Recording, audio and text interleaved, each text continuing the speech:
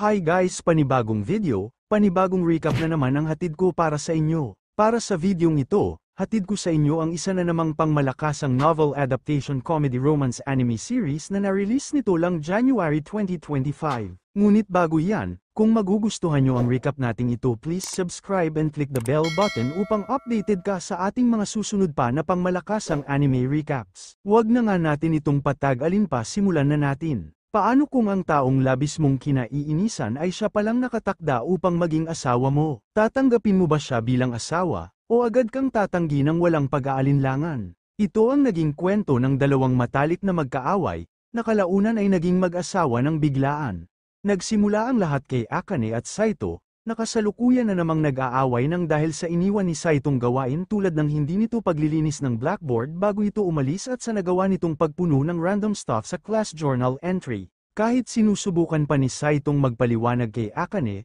mas lalo lamang nadaragdagan ng inis sa kanya ng dalaga, kaya naman sumingit na rito si Himari upang pakalmahin ang kanyang kaibigan. Ngunit sa kabila nito nagawa pa ring isisi ni Akane kay Saito ang kanilang pag-aaway pagkat isa raw itong pabayang tao na pabaya sa kanyang mga tungkulin. Nang matanong naman ni Himari kay Akane kung bakit palagi na lamang raw itong naiinis kay Saito, hindi naman ito nasagot ni Akane ng diretso pagkat maging siya mismo ay hindi rin alam ang dahilan. Basta't ang tanging alam lamang raw niya, sa tuwing makikita niya ang mukha ni Saito gustong-gusto niya itong hampasin ng tsinelas na parang isang ipis. Habang kasalukuyan na si Saitong pauwi, bigla itong nakatanggap ng tawag mula sa kanyang lolo, at ayon rito balang araw mamanahin raw ni Saito ang kumpanya ng pamilya, kaya kahit saglit magkaroon raw ito ng pake at huwag puro libro dahil baka magsisi raw ito sa huli. Isa pa dapat alam rin raw nito na hindi ito pwedeng tumanggi sa kanyang lolo at para raw sa kanyang kapakanan dapat na sumunod na lamang raw ito at huwag nang magmatigas pa.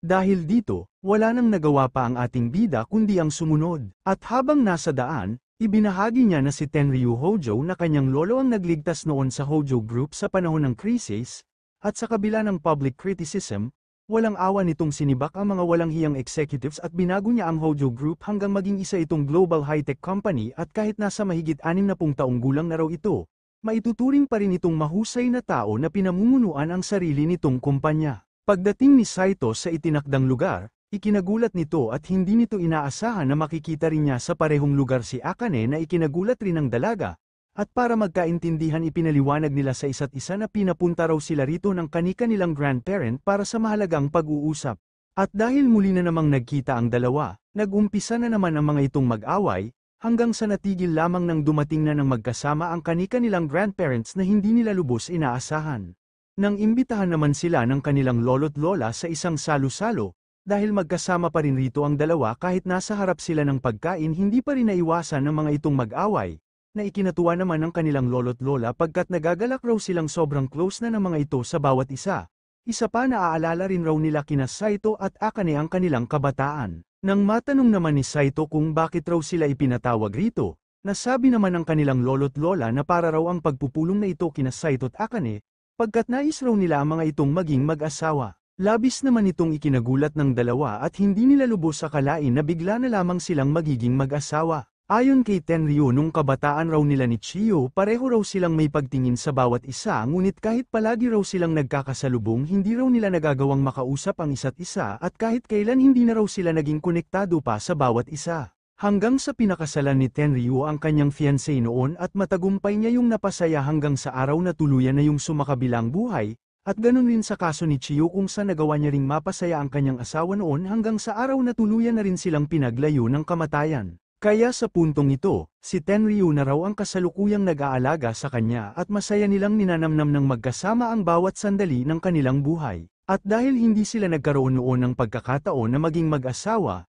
kinakailangan raw ni Saito at Akane na tuparin ngayon ang naputol nilang pangarap noon, na hindi naman tinanggap ni Akane pagkat ang pagpapakasal daw ay para lamang sa dalawang tao na may gusto sa bawat isa at hindi para sa tao na pinilit lamang na magpakasal sa taong hindi niya naman gusto. Sinang-ayunan naman ito ni Saito at ayon raw sa batas ng bansa hindi raw pwedeng puwersahin ng isang tao na magpakasal sa isa pang tao ng labag sa loob nito. Pinagtawanan lamang ito ng kanilang lolo't lola at dahil alam ni Tenryu na ganito ang sasabihin ni Saito, ipinaalam rito ni Tenryu na pag tumanggi raw itong magpakasal kay Akane, ang lahat ng yaman na matatanggap raw nito kabilang na ang kumpanya ay mapupuntang lahat sa aso na nasa kanilang harapan at kung mangyari yun tiyak na ang Hojo Group ay tuluyan ang magtatapos sa henerasyon ni Tenryu. Nang saglit namang tinawag ni Chiyu ang kanyang apo na si Akane, matapos may ibulong rito si Chiyu, labis nang nabahala rito ang dalaga. Kaya naman ang malaman na ng dalawa ang mawawala sa kanila kung sakaling sila'y tumanggi. Binigyan ang mga ito ni Tenryu ng 3 araw upang mag-isip kung tatanggapin ba nila ang pagpapakasal o hindi.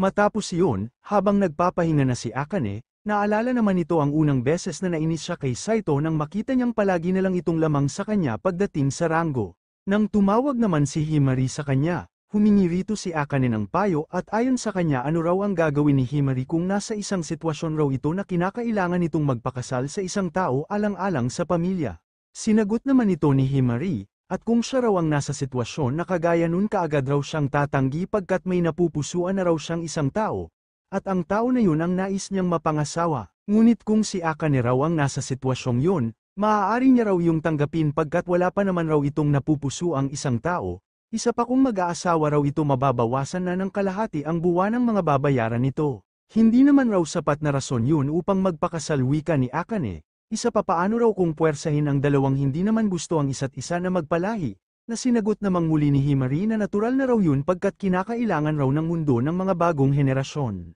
Nang ipagtaka naman ni Saito kung bakit si Akane pa raw ang pinili para sa kanya sa lahat ng pwedeng babae. Isa pa sa pagbubunganga pa lamang raw sa kanya ni Akane sa eskwelahan ay malaking problema na para sa kanya. Paano pa raw kaya kung nasa iisang bubong na raw sila? Tiyak na hindi na raw ito kakayanin pa ng kanyang kaluluwa. Nang mapansin naman ni Shisei na malalim ang nasa isip ni Saito, agad niya itong tinanong dahilan kaya nasabi rito ni Saito na binigyan raw siya ng kanyang lolo ng mahirap na kondisyon kapalit ang pagpapamana sa kanya ng kumpanya at kung sakaling tumanggi raw siya, ibibigay ng kanyang lolo sa isang aso ang pamamahala sa Hojo Group. Naunawaan naman ito ni Shisei ngunit pinapili niya ito kung mabubuhay ba raw ito ng malaya, o tatanggapin ito ang kumpanya kapalit ng kondisyon. At nasabi rin niyang kahit ano pa raw ang maging desisyon nito handa niya itong suportahan pagkat alam niya kung ano raw talaga ang pangarap nito at alam niya rin na kailangan nito ang kumpanya ng kanyang lolo upang matupad ang pangarap niyang iyon.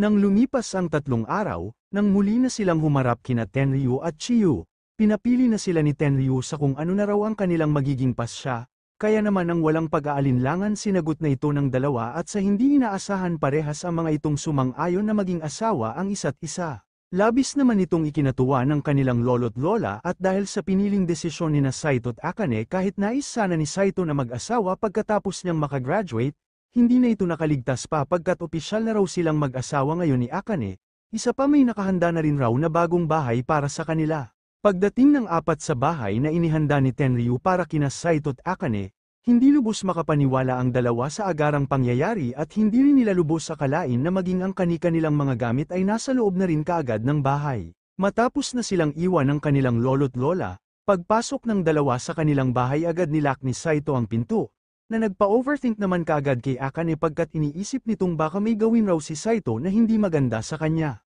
Nang makita naman ni Akane ang ganda ng kanilang magiging bahay, inasar na naman ito ni Saito dahilan ng pagsisimula na naman ng kanilang away at habang iniikot nila ang buong bahay hindi pa rin maiwasan ang dalawa na hindi magtalo. At nang mapansin nila na maliit at iisa lamang ang kanilang magiging kama, kaagad tinawagan ni Saito ang kanyang lolo upang magtanong patungkol dito. Subalit ayon sa kanyang lolo sinadya raw talaga nilang isa lamang ang kama ng mga ito pagkat normal na raw ito sa mga mag-asawa. Isa pa bawal rin raw silang tumanggi at bawal rin raw nilang gamitin ang sofa o sahig bilang tulugan pagkat kasali rin raw ito sa kanilang kondisyon, at higit sa lahat dapat raw talaga silang magtabi sa pagtulog kahit anumang mangyari pagkat ito raw ang pinakaimportanteng kondisyon na kailangan nilang sundin. Matapos iyon, nang matanong ni Akane kay Saito kung gagawin rin ba raw nila ang pagbabardagulan, hindi naman ito maunawaan ni Saito, dahil dun, diretsahan na itong tinanong ni Akane kung may pagnanasa ba raw ito sa kanya. At kung meron hindi niya raw ito papahintulutan. At simula sa puntong yun, hindi na natapos ang gabi nang hindi sila nag-aaway at kahit sa kaunting bagay lamang palagi pa rin silang hindi nagkakasundo. Ngunit nang magkatabi na sila sa pagtulog, dahil nababahala si Akane kay Saito, nasabi rito ng ating bida na wala raw siyang anumang gagawin na hindi maganda, na nagpakalma naman kay Akane pagkat ito pa lamang raw ang unang beses na nagkaroon siya ng kasintahan, na naunawaan naman ni Saito pagkat si Akane rin ang kanyang unang naging kasintahan. Habang kanilang pinag-uusapan ang kani-kanilang dahilan kung bakit nila tinanggap ang pagpapakasal na ito, naisip naman ni Saito na paano kung magdagdag pa raw ng kondisyon ang kanilang grandparents kung saan kinakailangan raw nilang magkaroon ng anak. Ikinagulat naman ito ni Akane, dahil dito nang magkamali ito ng kilos bigla na lamang napisil ng ating bida ang pakwan nito na labis na ikinayamot muli ni Akane. Kinabukasan, pagbalik ng dalawa sa eskwelahan na pagdesisyonan nilang itago sa lahat ang kanilang relasyon pagkat malaking kahihiyan raw kung malalaman ng lahat na ganap na silang mag-asawa. Pagpasok pa lang ng dalawa sa kanilang silid, binati at tinanong kaagad ni Himari si Akane kung ano raw ang pinag-usapan nila ni Saito, na sinagot ni Akane na sinabi niya lamang raw kay Saito na wag siya nitong kausapin na parang walang pakialam. Samantala, nang mapansin ni Shisei na iba ang ginamit na shampoo ngayon ni Saito at nang mapansin pa niyang amoy babae rin ito, tinanong nito si Saito kung ganap na ba raw talaga itong kasal, pagkat nitong mga nakaraang araw parang may kakaiba raw sa kanilang lolo at sa kumpanya. Kaya naman agad siyang nagsagawa ng pagsusuri. Dahil dun nalaman niyang kasal na nga ito at alam na rin niya kung saan makikita ang bago nitong bahay, higit sa lahat alam rin niya na kasal ito sa kinaiinisan nitong babae na si Akane. Dahil sa nalaman nito na sabi niya kay Saito na hindi raw siya obligadong manahimik patungkol dito, isa pa hindi rin raw kaagad nito sinabi ang katotohanan bago pa man ito ikasal, kaya naman ang magiging kapalaran raw nito ay nasa kanya ng mga palad. Matapos yun kinumpranta naman ito ni Akane patungkol naman sa mga PE equipments na iniwan nito sa labas at dapat na ilagay niya raw ang mga yun sa storehouse kung saan ang tamang lagayan na hindi naman sinunod ni Saito pagkat gagamitin naman raw yun ng ibang estudyante, kaya pabor raw sa kanila ang kanyang nagawa at tiyak raw siya sa bagay na yun pagkat kinonsulta niya na yun sa guro ng ibang section. Hindi naman matanggap ni Akane na talo na naman ito sa pakikipagdiskusyonan kay Saito, kaya naman ipinagpatuloy pa rin ito ang pakikipagsagutan sa binata kahit pa out of the blue naman ang mga what if nito. Dahil dito, napansin naman silang muli ng ibang mga estudyante kaya naman napag-usapan na naman sila ng mga ito na kanilang ipinagtataka. Dahil dito ibinahagi na sa mga ito ni Himari na laman raw si Saito at Akane palagi ng usapan ng ibang estudyante at sikat na rin raw ang mga ito sa buong campus pagkat parang totoong mag-asawa na raw ang mga ito. Pag-uwi ng dalawa, natanong muli ni Akane kay Saito kung bakit raw puno ng mga vegetable juice ang kanilang ref, na sinagot naman ni Saito na dala niya raw ang mga yan pagkat sagana raw ang mga ito sa vitamins na healthy sa katawan sa tuwing kanyang iniinom. Hindi naman sang-ayon rito si Akane pagkat hindi raw sapat ang nutrition na makukuha nito mula sa vegetable juice, dahil dito ipinakita rin rito ni Saito ang kanyang stock na mga cup noodles na labis ikinagulat ng dalaga at nang magtanong pa si Akane kung saan raw nakukuha ni Saito ang sapat na proteins, ipinakita rin ni Saito sa dalaga ang tinitake niyang vitamin na isinasama niya sa ginagawa niyang protein shake, na labis nang ikinabahala ng dalaga. Nang malaman ni Akane na ganito palaging mga bagay ang kinakain at iniinom ni Saito pagkat madali raw ang mga itong lutuin at gawin, nasabi rito ni Akane na hindi raw ang mga ito maganda sa katawan at kung magpapatuloy raw ang gawain nito ni Saito maaari raw itong mamatay at labis na maaapektuhan nito ang kanilang pagiging mag-asawa, kaya naman para sa kanilang ikakabuti na pagdesisyonan ni Akane na ipakita kay Saito kung paano niluluto ang mga tamang pagkain. Kaya habang matyagang naghihintay rito si Saito, masaya naman si Akane na nagluluto at iniisip pa nito ang magiging reaksyon ni Saito kapag natikman na raw nito ang kanyang mga lutong pagkain at iniisip na rin niya ang mga papuring ibibigay sa kanya ni Saito at ang labis raw nitong pasasalamat sa tamang pagkain, na ikinatakot naman ng binata at naisip nitong baka may nilagay na raw na lason si Akane sa pagkain. Subalit nang makita at matikman na ni Saito ang mga lutong pagkain na inihanda ng dalaga, bumalik bigla ang alaala ng kanyang nakaraan ng mga panahong malungkot pa ito at nag-iisa, kaya naman dahil dito kahit nagustuhan niya ang mga pagkaing inihanda sa kanya ni Akane, nasabi nito sa dalaga na normal lamang raw ang lasa ng mga luto nito subalit ang salitang normal na lasa ay ang pinakamaganda ng papuri na kanyang naibigay pagkat nagawa ni Akane na may paalala kay Saito ang mga pagkaing nakalimutan niya na noon. Ngunit hindi ito alam ng dalaga, kaya minasama nito ang nasabi ni Saito at inakala nito na hindi masarap para sa panlasa ng binata ang kanyang mga luto, na hindi naman sinang-ayunan ni Saito pagkat hindi niya naman sinabi na hindi masarap ang mga luto nito at dahil nagustuhan niya ang mga luto nito nagawa pa rin niya ang mga itong ubusin. Sa sumunod na araw habang ginigising ng dalaga ang ating bida, inakala ni Saito na si Shisei ang kasalukuyang gumigising sa kanya dahilan kaya hinila at niyakap nito si Akane na labis na ikinagulat at ikinahiya ng dalaga kaya naman nakatikim na naman rito ang binata ng isang malakas na tadyak. Matapos yun pinagalitan at inutusan naman ito ng dalaga na hugasan ng mga pinggan na iniwan lang nitong nakatambak at kinumprante niya rin ito pagkat hinayaan lamang raw nito sa sahig ng banyo ang lagayan ng sabon at iniwan pa nitong magulo ang lagayan ng toilet paper.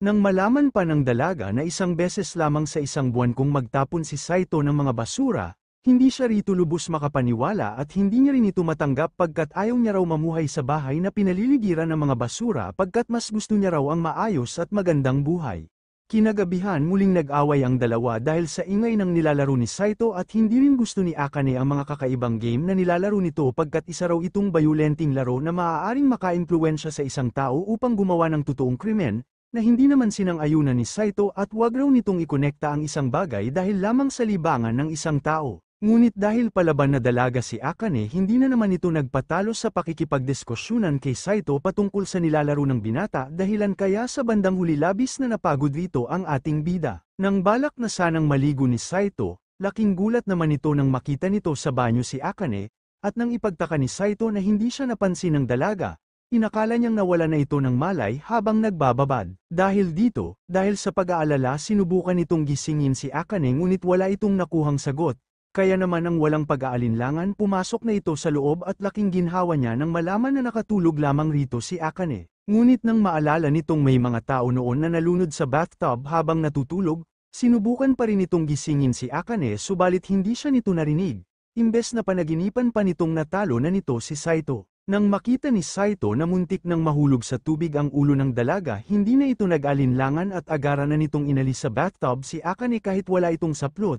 At dahil sa pagkakamali bumagsak silang dalawa na naging dahilan ng muling paggising ni Akane, subalit nang mapagtanto ng dalagang hubad siyang nakaharap kay Saito dahil sa pagkabigla nakatikim na naman rito si Saito ng sakit ng katawan. Habang kasalukuyan nang nagpapatuyo ng buhok ang dalaga, kahit naiinis siya kay Saito dahil sa nagawa nito sa kanya hindi pa rin ito maiwasang makonsensya, pagkat inaamin niyang nakatulog nga siya habang nagbababad at siguro sinubukan lamang raw ni Saito na siya'y iligtas mula sa posibleng pagkalunod. At dahil labis siyang nakukonsensya sa kanyang nagawa kay Saito, sinubukan itong makipag-usap sa binata patungkol sa nangyari subalit sa kasamaang palad hindi na siya nito kinausap, na nagpalungkot naman sa kanya. Kinabukasan, dahil pansin ni Himari na malungkot at mukhang may iniindang problema si Akane, dinamayan niya ito at tinanong sa kung ano ang nangyari. Kaya naman nagbigay rito si Akane ng isang kwento na tumutukoy sa hindi nila pagkakaintindihan ngayon ni Saito. Dahil dito, binigyan ito ni Himari ng payo na kung may hindi raw sila pagkakaunawaan ng isang tao,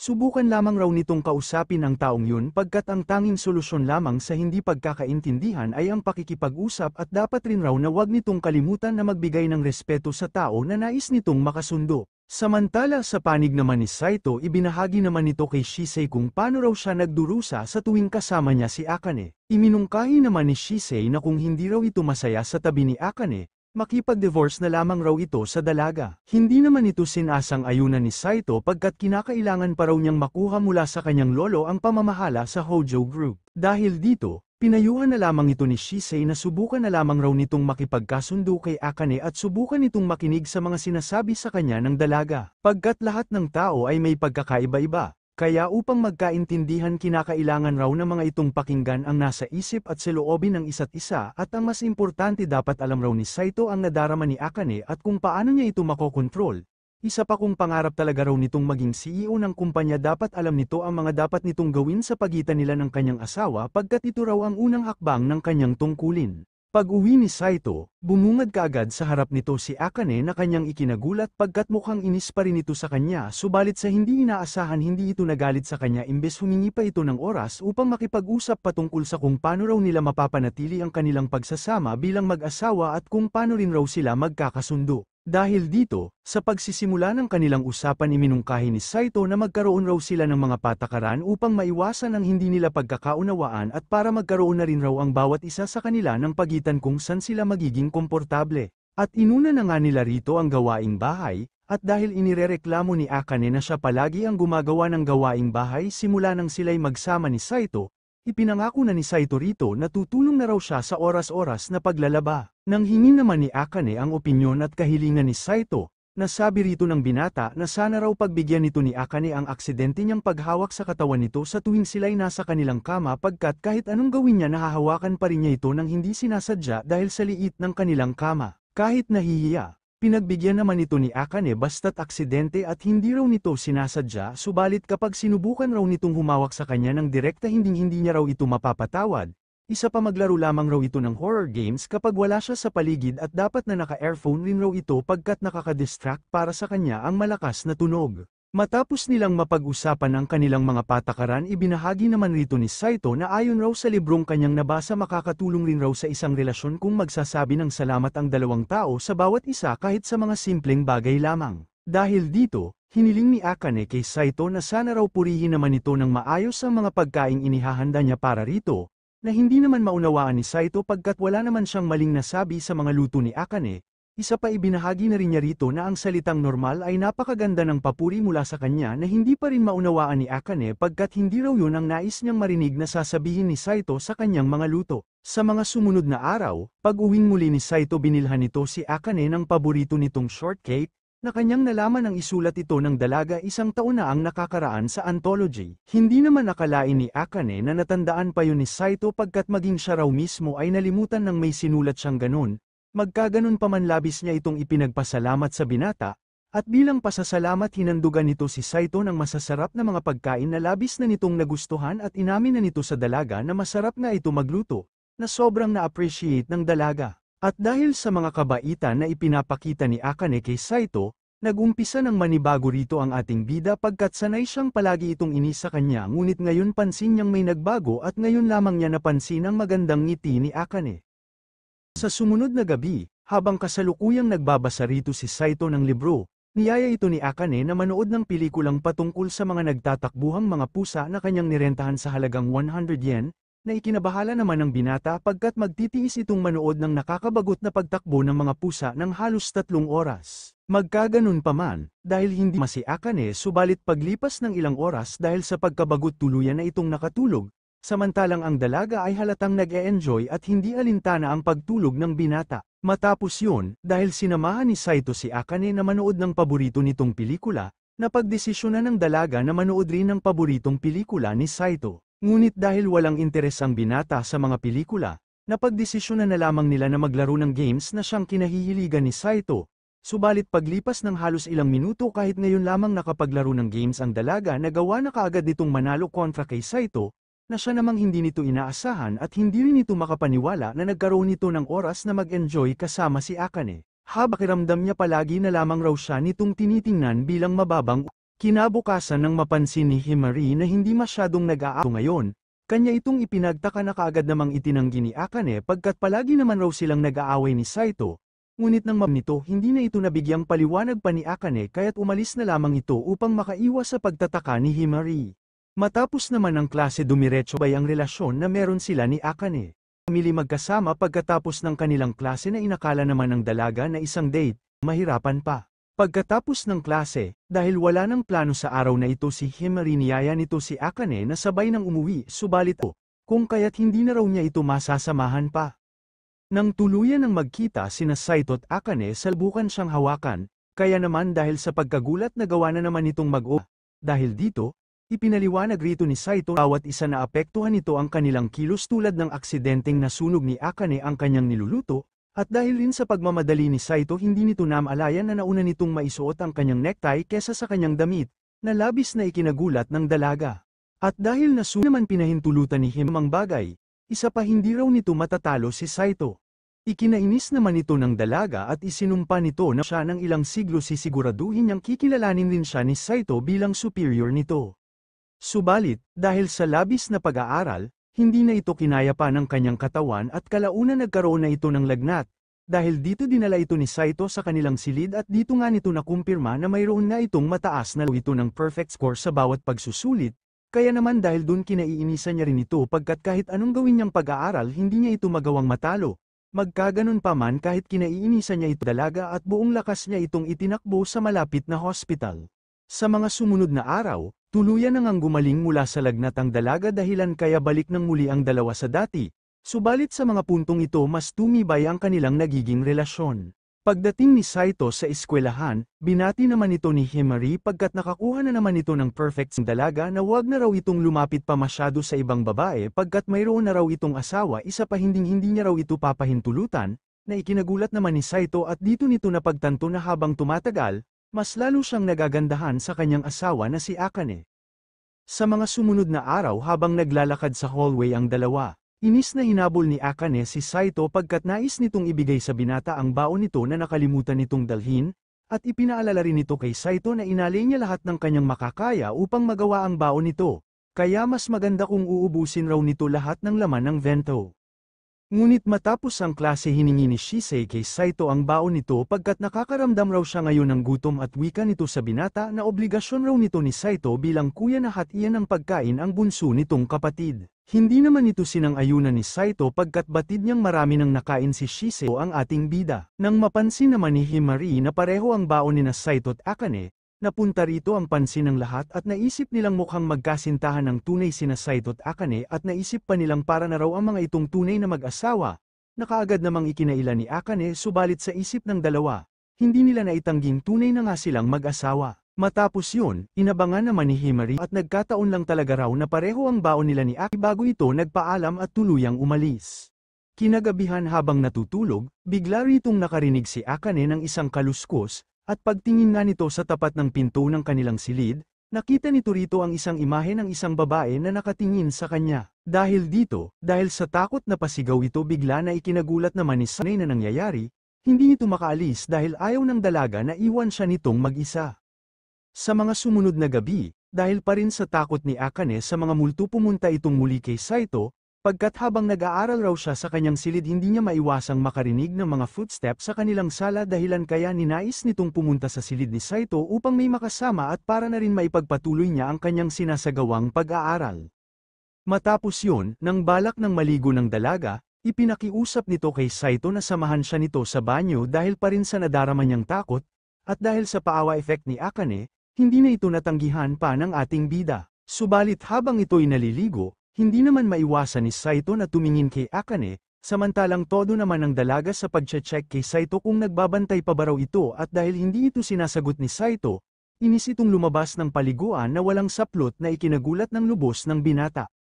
Kinabukasan, habang nag-uusap sina Shisei at Saito, nabanggit ni Saito kay Shisei ang mga kakaibang kilos ni Akane nang dahil sa nadarama nitong takot nang dahil sa mga multo. Dahil dito naunawaan naman ito ni Shisei at napagdesisyonan nitong magimstiga upang malaman ang buong katotohanan.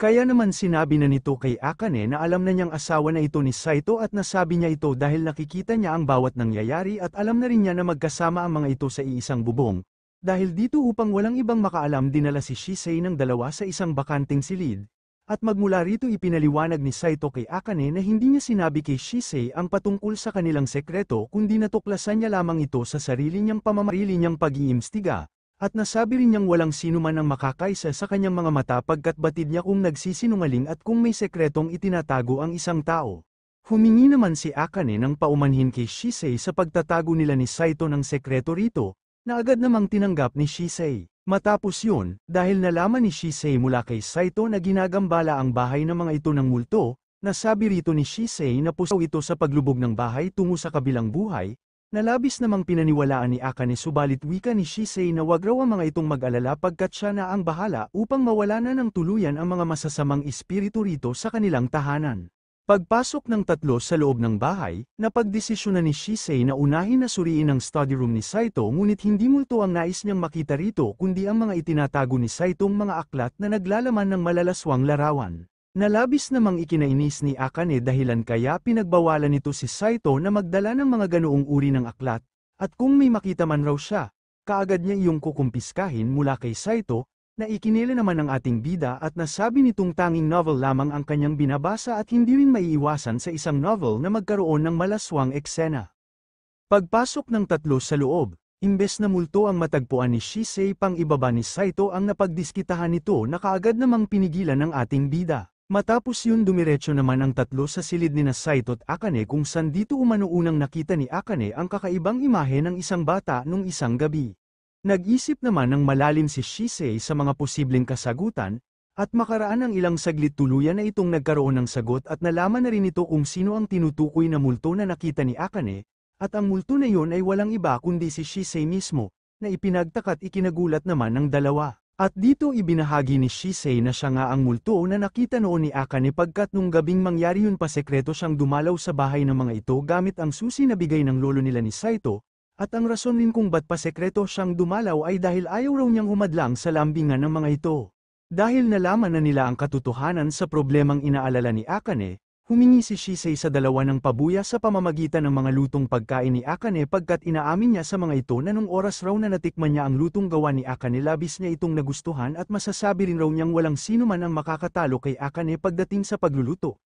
Dahil dito bilang pasasalamat nilutuan nga ito ni Akane ng mga masasarap na pagkain. Subalit nang makita ni Akane sina Saito at Shisei na labis na sweet sa bawat isa, hindi makakailang nakaramdam ito ng pagseselos, at mas lalong tumibay ang pagseselos na nararamdaman nito nang makita nito ang dalawang sobrang lapit na sa bawat isa at napuno na nga ito nang malaman pa nitong naliligo rin ang mga ito minsan ng magkasama.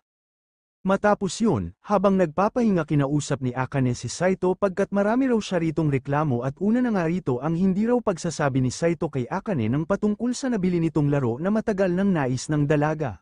Sinagot naman ito ni Saito at ayon sa kanya palagi raw kasing abala sa pag-aaral itong si Akane kaya naman hindi niya ipinaalam rito ang patungkol sa paborito nitong laro pagkat ayaw niya itong istorbohin sa pag-aaral. Hindi raw ito istorbo para sa kanya wika ni Akane, isa pa nais raw niya sanang siya ang unang makalaro ng game na binili ni Saito bago si Shisei. Matapos yun kinonsulta rin ni Akane ang pagiging malapit masyado ni Saito kay Shisei, kaya naman wika rito ni Saito na ginagawa lamang raw niya ang bagay na yun upang palagi niyang matiyak ang kaligtasan ni Shisei pagkat si Shisei raw ang tipo ng tao na kakain na lang bigla ng anumang bato na makita nito sa daan kapag wala ritong gumagabay. Agad naman itong naunawaan ni Akane ngunit sa kanyang puso, hindi nga nito makakailang nakakaramdam na ito ng pagseselos ngunit patuloy pa rin itong tinatangging mayroon itong pagtingin kay Saito. Matapos yun hindi nila inaasahan na makakasabay rin nila sa pagtulog si Shisei pagkat ayon rito nais niyang makasama sa pagtulog ang kanyang pinsan na si Saito pagkat simula pa lamang raw nang siya'y bata pa lamang palagi na sila ni Saitong magkatabi sa pagtulog.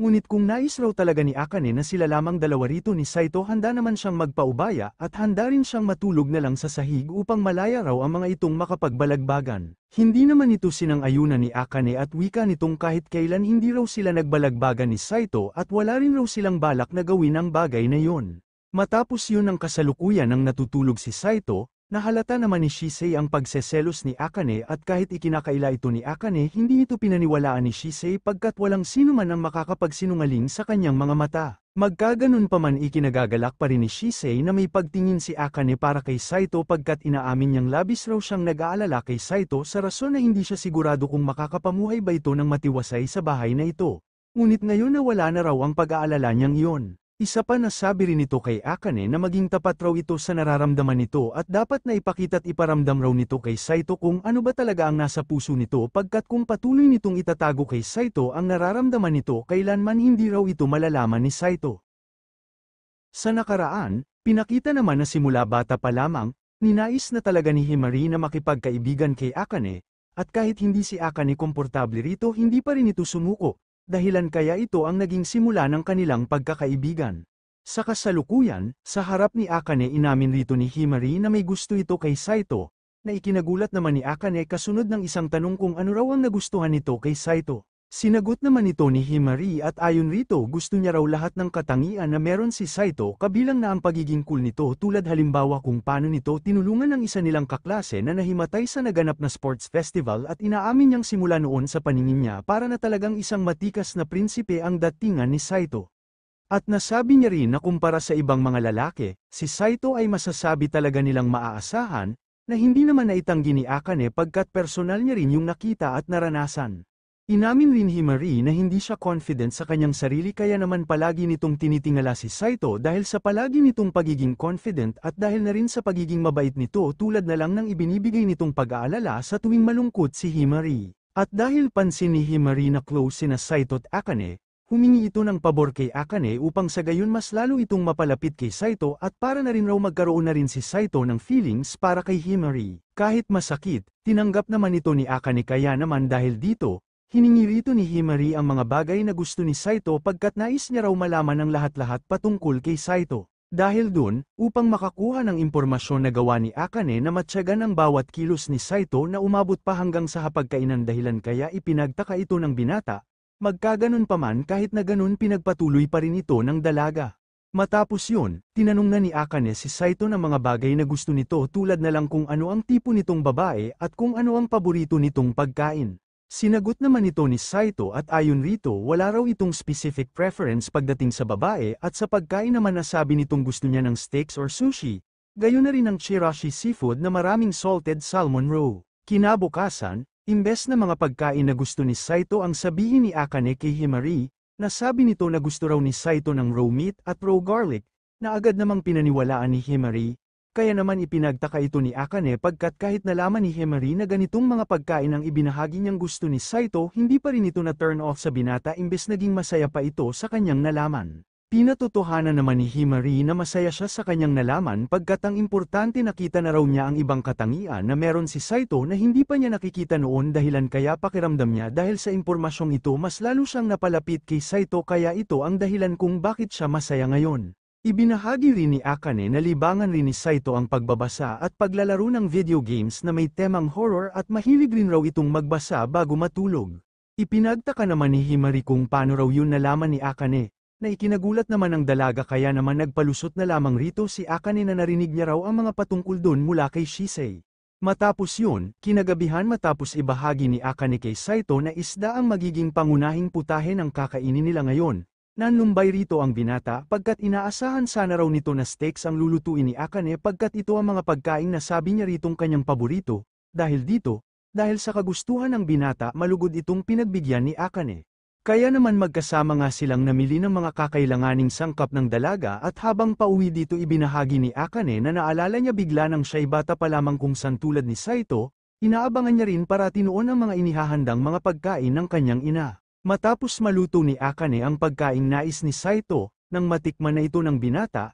hindi ito makapaniwala na nakagawa si Akane ng ganito kasarap na steak kaya naman sa kauna-unahang pagkakataon totoo nitong pinuri ang luto ng dalaga na ikinatuwa naman ng lubos ni Akane at hindi rin ito inaasahan na ganap na rin kinilala ni Saito ang kanyang husay pagdating sa pagluluto. Kaya naman dahil dito ipinangako nito sa binata na araw-araw niya itong gagawa ng masasarap na pagkain gusto nito. Na agad namang naunawaan ni Saito dahilan kaya nahiya bigla rito ang dalaga. Kinabukasan, harapan na naitanong ni Himari kay Saito kung ano raw ang tipo nitong babae na hindi naman masagot ni Saito pagkat para sa kanya hindi naman raw basihan sa romance ang tipo ng isang tao sa isa pang tao pagkat ang type ay isa lamang basihan na likha ng isang tao at ang totoo. Ang bawat tao ay sadyang komplikado pagdating sa nararamdaman at kung hindi raw kilala o alam ng isang tao ang target na gusto nito, hinding-hindi niya raw ito kailanman magugustuhan. Nagustuhan naman ni Himari ang paliwanag ni Saito pagkat personal niya rin yung naranasan tulad na lang halimbawa ng mga nagtapat sa kanya noon ng kanilang mga nararamdaman na hindi niya sinagot pagkat hindi naman raw nila alam ang mga bagay patungkol sa kanya at siguro nagtapat lang raw ang mga yun dahil sa kanyang ganda o dahil sa kanyang mga melon. Magkaganon pa man dahil sa paliwanag ni Saito nalaman ni Himari na para rito hindi raw mabubuo ang isang romance kung hindi raw alam ng isang tao ang nararamdaman ng isa pang tao, kaya naman dahil dito na itanong rito ni Himari kung ano raw ang tingin at nararamdaman ni Saito para sa kanya na agad niya namang ibinawi bago siya nagpaalam at tuluyang umalis. Habang naglalaro ang ating bida pa sekreto namang pumasok si Akane sa silid ni Saito upang mangalap ng impormasyon na pwede niyang maibahagi kay Himari at dito nga niya nakita ang isang secret notebook ni Saito ngunit bago pa man niya makita ang nilalaman nito agad dumating ang binata dahilan kaya napasigaw bigla rito ang dalaga at agad nitong itinanggi na isa siyang secret agent, magkaganon pa man, natanong nito kay Saito kung bakit raw nito inilagay sa kitang lugar ang secret notebook nito. Nasabi naman ni Saito na hindi porket may nakalagay raw na super secret sa kanyang notebook ay may nilalaman na itong sekreto, dahil dito nakumpirma rito ni Akane na hindi pa rin alam ni Saito ang pagmamatsyag at pangunguha ng impormasyon na kanyang ginagawa. Kaya naman bilang solusyon humingi ito ng magagandang libro na mairerekomenda ni Saito dahil dito malugod itong pinagbigyan ng binata dahilan kaya ibinigay niya rito ang mga interesanteng mga libro na tiyak raw na magugustuhan nito. Kinabukasan, ibinahagi ni Akane kay Himari ang librong nirekomenda ni Saito subalit inamin ni Himari na hindi raw niya masyadong naunawaan ang mga nilalaman ng mga libro na sinang-ayunan naman ni Akane dahil maging siya ay hirap ring maunawaan ang nilalaman ng mga iyon. Dahil dito humingi si Akane rito ng paumanhin dahil wala raw siya gaanong naitulong kay Himari, na hindi naman sinang-ayunan ng dalaga pagkat marami na raw itong naitulong at kung hindi man raw niya maunawaan ang nilalaman ng libro tatanungin na lamang raw niya si Saito patungkol sa bagay na yon. Ikinabahala naman ito ni Akane at habang masayang tinatanong ni Himari si Saito patungkol sa nilalaman ng librong nirekomenda ni Saito, tahimik naman ang mga itong pinagmamasdan ni Akane at mula sa malayo hindi na naitanggi pa ni Akane sa kanyang sarili na labis na itong nakakaramdam ng pagseselos. Samantala masaya namang tinulungan ni Saito si Himari sa nais nitong ipagawa pagkat meron raw itong utang na loob kay Himari pagkat kung hindi raw dahil dito malamang palagi pa rin silang nag-aaway ni Akane at malamang wala na raw siya ngayon. Na hindi naman sinasang-ayunan ni Himari pagkat ang totoo mabait namang tao si Akane at mabait rin itong babae at napatunayan niya yun ang iniligtas siya nito sa mga bully nang sila'y bata pa lamang at si Akane rin raw ang kauna-unahang nagsabi na maganda ang taglay niyang buhok. Pagdating naman ni Shisei ibinahagi nito kay Akane na simula first year pa lamang, pansin niya nang may pagtingin na si Himari para kay Saito at tingin niya bagay talaga raw sina Himari at Saito para sa isa't isa, na hindi naman sinang-ayunan ni Akane, dahilan kaya natanong rito ni Shisei kung ayaw ba raw nitong magkatuluyan sina Saito at Himari, na hindi naman tiyak ni Akane pagkat sa isip nito tanggap nito ang mangyayari ngunit sa kanyang puso nais niyang siya pa rin ang maging asawa ni Saito. Lubos naman ang pasasalamat ni Himari kay Akane dahil sa tulong raw nito, nagawa niyang magkaroon ng mahabang pag-uusap kasama si Saito kaya bilang pasasalamat nais niya itong bilhan ng strawberry tart at nais niya rin na bisitahin raw ito sa bahay nito upang makapagbanding naman silang magkaibigan. Ikinagulat naman ito ni Akane pagkat ang bahay na tinitirahan niya ngayon ay ang bahay nila ni Saito, kaya naman bilang palusot na sabi nito kay Himari na sa ngayon magulo pa raw ang kanyang bahay. Dahilan kaya bahagya itong ikinalungkot ni Himari pagkat nalaman niyang minsan nang nakabisita si Shisei sa bahay nito. Upang hindi naman maging malungkot si Himari ipinaalam muna ni Akane kay Saito na bibisita rito sa kanilang bahay si Himari na ikinagulat naman ng binata, magkaganon pa man. Dahil wala na silang oras iminungkahi ni Akane na lilinisin niya ang mga gamit ni Saito at mag-i-spray rin siya ng pabango upang matakpan ang scent ni Saito at habang nandito si Himari iminungkahi nito kay Saito na magtago muna raw ito sa kanyang study room hanggang sa makaalis si Himari. Ngunit bago pa man makapaghanda ang dalawa dumating na kaagad si Himari kaya naman napagdesisyonan na lamang nila na si Akane muna ang haharap kay Himari habang nililinis naman ni Saito ang buong paligid. Ngunit dahil mabilis na pinapasok ni Akane si Himari wala nang nagawa pa si Saito kundi magtago. Habang nasa mesa naman ang dalawa, dito na naitanong ni Himari kung ayos lang ba raw na ayain niya si Saito sa isang date, na ipinagtaka naman ni Akane, dahilan kaya ipinaliwanag rito ni Himari na simula nang sila'y first year pa lamang hindi na raw mawala sa kanyang isip ang posibilidad na may gusto rin si Akane para kay Saito at kung totoo na may gusto rin raw ito kay Saito inaamin ni Himari na magiging hadlang lamang raw siya kay Akane pagkat kahit gusto niya si Saito, gusto rin raw niya itong si Akane bilang kanyang kaibigan. Itinanggi naman ni Akane na may gusto siya kay Saito at nasabi rin itong ayos lang rin raw sa kanya kung makikipag-date si Himari kay Saito, na hindi naman nagustuhan ng binata. Sa sumunod na araw, matapang na inaya na ni Himari si Saito sa isang date na malugod namang tinanggap ni Saito at mula naman sa labas ng silid na tanong naman ni Shisei kay Akane kung ayos lang ba raw talaga para rito ang nangyayari at sigurado ba raw talaga itong hindi nito pipigilan ang dalawa. At ayaw ba raw talaga nitong ilabas ang mga nararamdaman nito gayon na din ang mga saloobin na pilit nitong itinatago.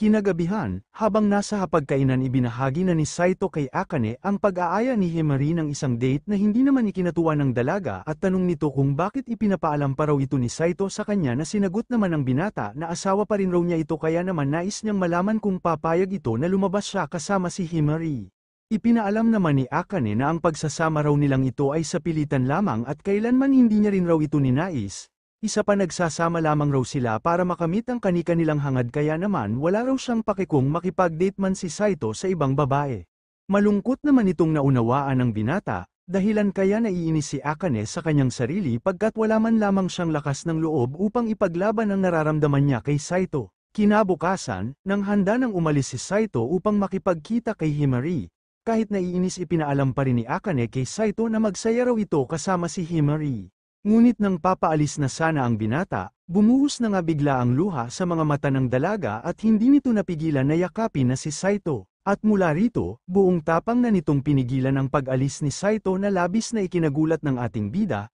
at dito na rin na inamin ni Akane na sa tuwing may isip raw niya na may kasama at ka-shopping na ibang babae si Saito, Labis nang naaapektuhan nito ang kanyang puso, kaya naman kahit alam niyang isa lamang itong pagkukunwari, ayaw niya itong umalis pagkat ito pa rin raw ang kanyang mister at kanyang asawa. Ikinatuwa naman ni Saito ang kanyang mga narinig mula kay Akane at inaamin rin niyang ang mga salitang yun ang kanyang hinihintay. Isa pa ang totoo, tinanggihan na raw niya ang date nila ni Himari na labis na ikinainis ni Akane pagkat nagawa na naman siyang lokohin ni Saito. Isa pa nasabi rin ni Saito na nakabihis raw siya ngayon dahil ito ang araw na mamimili sila ni Akane at dahil day off raw nila ngayon kailangang magsaya naman raw sila ngayong araw ng magkasama. Dahil dito inaya na nito si Akane na lumabas at mamasyal, na malugod namang tinanggap ng dalaga sa kondisyon na dapat nabilhan raw siya ni Saito ng isang bagay bilang apology gift, na pinagbigyan naman ng binata at isasama na raw nila ang pagbili ng singsing. Sa sumunod na araw, kahit nagawa na ni Saito na tanggihan ang imbitasyon ni Himari na pakikipag-date, masaya pa rin itong binati ng dalaga sa rason na hindi pa naman raw nagbabago ang kanyang pagtingin rito kay Saito, at isa pa marami pa naman raw na pagkakataon upang ayain niya itong muli sa isang date, at tulad ng hindi niya pagsuko noon kay Akane upang maging kaibigan niya lamang ito, wala rin siyang balak na sumuko agad dito kay Saito. Samantala, sa isang tabi naman seryoso namang nasabi ni Akane na hinding-hindi rin ito magpapatalo, na ilang sandali kanyang ipinagtaka pagkat hindi niya lubos sa kalain na nasabi niya ang ganoong uri ng bagay. Sa sumunod na araw, masayang dinalhan ni Himari si Saito ng raw meat at garlic pagkat may nagsabi raw sa kanya na paborito itong pagkain ni Saito, na ikinagulat naman ng binata pagkat ito ang pagkain na kanyang iniiwasan, at sa sandaling ito alam niya na kaagad kung sino ang may pakana nito. Magkaganon pa man, kahit ayaw niya sanang kainin ang pagkaing dala ni Himari, dahil nasabi ng dalaga na pinaghirapan niya itong gawin na konsensya dito bigla ang ating bida at dahil pa sa suporta ng kanilang mga kaklase para sa dalaga, wala nang ibang nagawa pa rito si Saito kundi tanggapin na lamang ang pagkaing bigay ni Himari. Subalit nang tuluyan na niya itong makain, hindi ito makapaniwala sa naging lasa nito pagkat kahit aakalain talaga nila itong raw meat sa unang tingin, ang totoo ganap raw talaga itong naluto ng maayos. Kaya naman pinuri nito si Himari na labis namang ikinatuwa ng dalaga. Kaya dahil dito, pinagpatuloy pa rin itong pakainin ni Himari. Subalit, hindi na ito natiis pa ni Akane kaya natanong rito ni Himari kung nagseselos ba raw ito, na agad namang itinanggi ni Akane. Matapos yun, dahil top scorer pa rin si Saito sa kanilang klase, buong tapang na nagpaturo rito si Himari dahil umano bahagya pa rin siyang nahihirapan pagdating sa math, na hindi naman natanggihan ni Saito. Dahil dito, inimbita ito ni Himari na mag-aral sa kanyang bahay pagkat wala raw ngayon doon ang kanyang mga magulang, kaya naman kung sakali silang dalawa lamang raw doon ni Saito.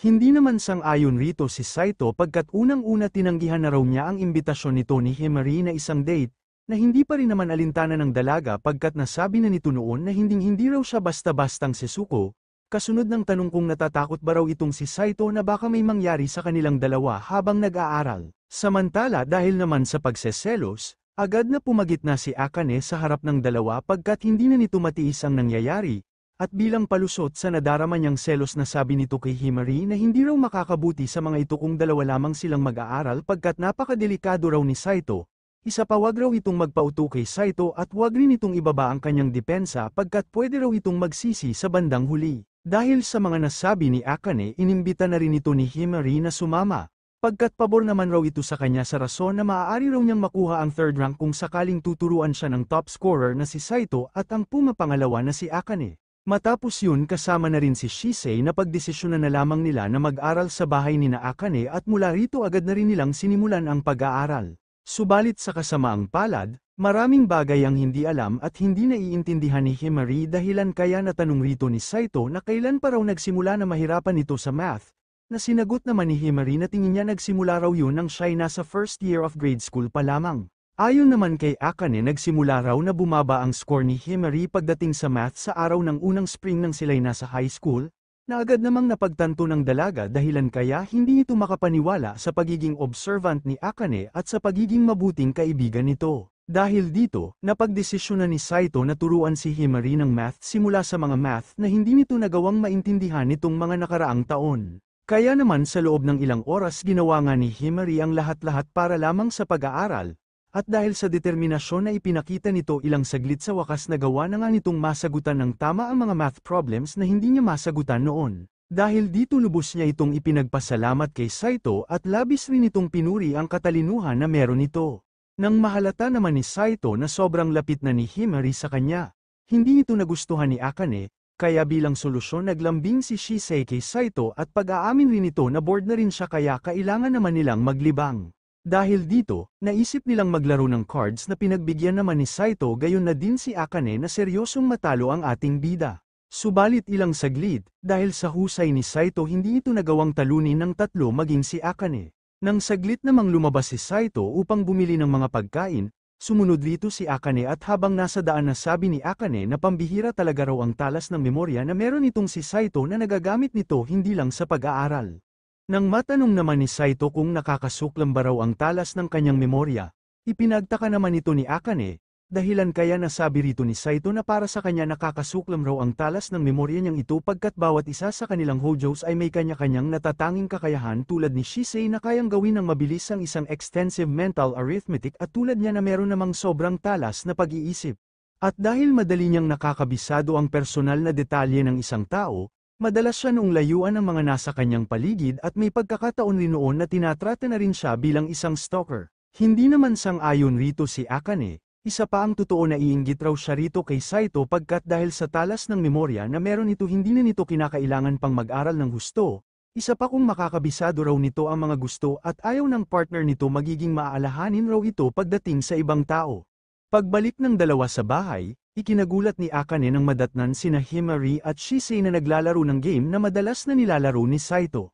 Matapos yun, habang kumakain na sabi naman ni Himari na palagay niya mas marami pa raw siyang matututunan sa pagtuturo nito ni Saito na agad namang sinang-ayunan ng binata, dahilan kaya inimbita ito ni Himari na sa susunod bakit hindi raw sa kanyang bahay naman sila mag-aral, na mabilis namang tinanggihan ni Saito kaya naman natanong rito ni Himari kung ano raw ang rason nito kung bakit tinatanggihan nito ang kanyang imbitasyon. Dahil naman sa kakulitan ni Himari aksidenteng natapon sa damit nito ang isang tsa kaya naman iminungkahi rito ni Akane na magpalit na raw ito agad ng damit at sa tulong ni Shisei itinuro nito kay Himari ang daan papunta ng banyo. Nang maiwan naman sa silid sina Saito at Akane, hindi mapigilan ng dalaga na magreklamo kay Saito dahil sa pagiging pabaya nito at dahil sa pagbablush nito sa tuwing kaharap nito si Himari. Isa pa inirereklamo rin ito na ni minsan hindi raw siya nagawang turuan nito ni Saito tulad ng pagtuturo na ibinibigay nito kay Himari, na hindi naman sinang-ayunan ni Saito pagkat ito namang si Akane raw ang unang tumatanggi sa tuwing nais niya itong tulungan.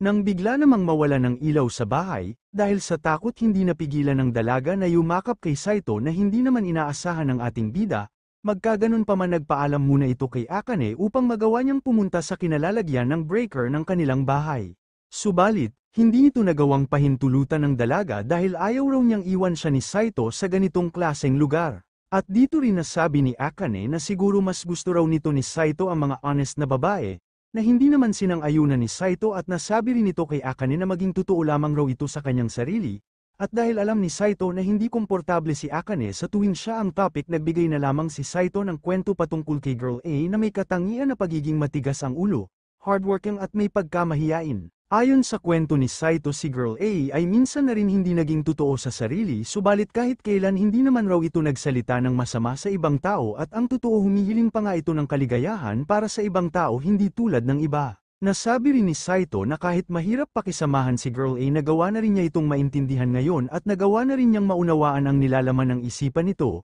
kaya naman dahil dun hindi na niya ito kinaiinisan na masaya namang marinig ni Akane. Pagbalik ng ilaw sa kanilang bahay, sakto namang dumating sa silid si Himari dahilan kaya nadatnan nito si Saito at Akane na pawang close sa bawat isa, na natataranta namang itinanggi ni Akane. Sa sumunod na araw dahil hindi na naman nagawang maintindihan ni Himari ang kanilang naging lesson, humingi na naman itong muli ng tulong kay Saito upang sa gayon maturuan siyang muli nito. Samantala, sa pambihirang pagkakataon nagawa rin ni Akane na humingi ng tulong kay Saito na labis na ikinagulat ng ating bida. Kaya naman kinagabihan pinahiram ito ni Saito ng isang librong makakatulong rito na naging epektibo naman ayon sa dalaga, subalit nasabi rito ni Saito na hindi sa kanya ang libro pagkat hindi rin siya masyadong nag-aaral at pinahiram niya lamang kay Akane ang librong hawak nito para lamang sa isang eksperimento. Ang totoo sinubukan na raw niya itong ipahiram sa iba't ibang tao subalit kay Akane lamang raw naging epektibo ang librong ito dahilan kaya tingin niya ganap na talagang matalino itong si Akane. Nang balak na sanang umalis ni Saito upang magpahinga, hindi ito pinahintulutan ng dalaga pagkat marami pa naman raw oras bago mag-umaga at dahil sa pagmamatigas ni Akane napilitan na naman si Saito na manatili. Nang matanong ni Saitong muli si Akane, Kung bakit ganito na lamang raw ito kadeterminado sa pag-aaral, nasabi rito ng dalaga na ginagawa raw niya ito upang matupad lamang ang hangad niyang pagiging isang doktor, at dahil nais rin malaman ni Saito ang rason ni Akane kung bakit nais nito maging doktor, ikwento na nito kay Saito ang kanyang nakaraan. Nang siya'y bata pa lamang, mayroon siya nung bunsong kapatid na nagdurusa sa isang karamdaman at para matugunan lamang ang pang-araw-araw na gamot ng kanyang kapatid, palagi nung abala sa pagtatrabaho ang kanyang mga magulang at dahil dun bibihira na lamang ang mga yun na umuwi sa kanilang bahay at dahil din dun nagawa niyang matuto sa gawaing bahay at kung paano magluto. At dahil wala pa siya nung kamuwang-muwang wala siyang ibang magawa kundi panoorin ang kanyang kapatid habang nagdurusa dahil sa nadarama nitong sakit at kahit umiiyak itong humihingi ng tulong sa kanya wala siyang magawa kundi hawakan na lamang ang noo nito. Dahil dun labis siyang naiinis sa kanyang sarili at hindi niya kayang mapatawad ang kanyang sarili dahil sa kahinaan niyang iyon.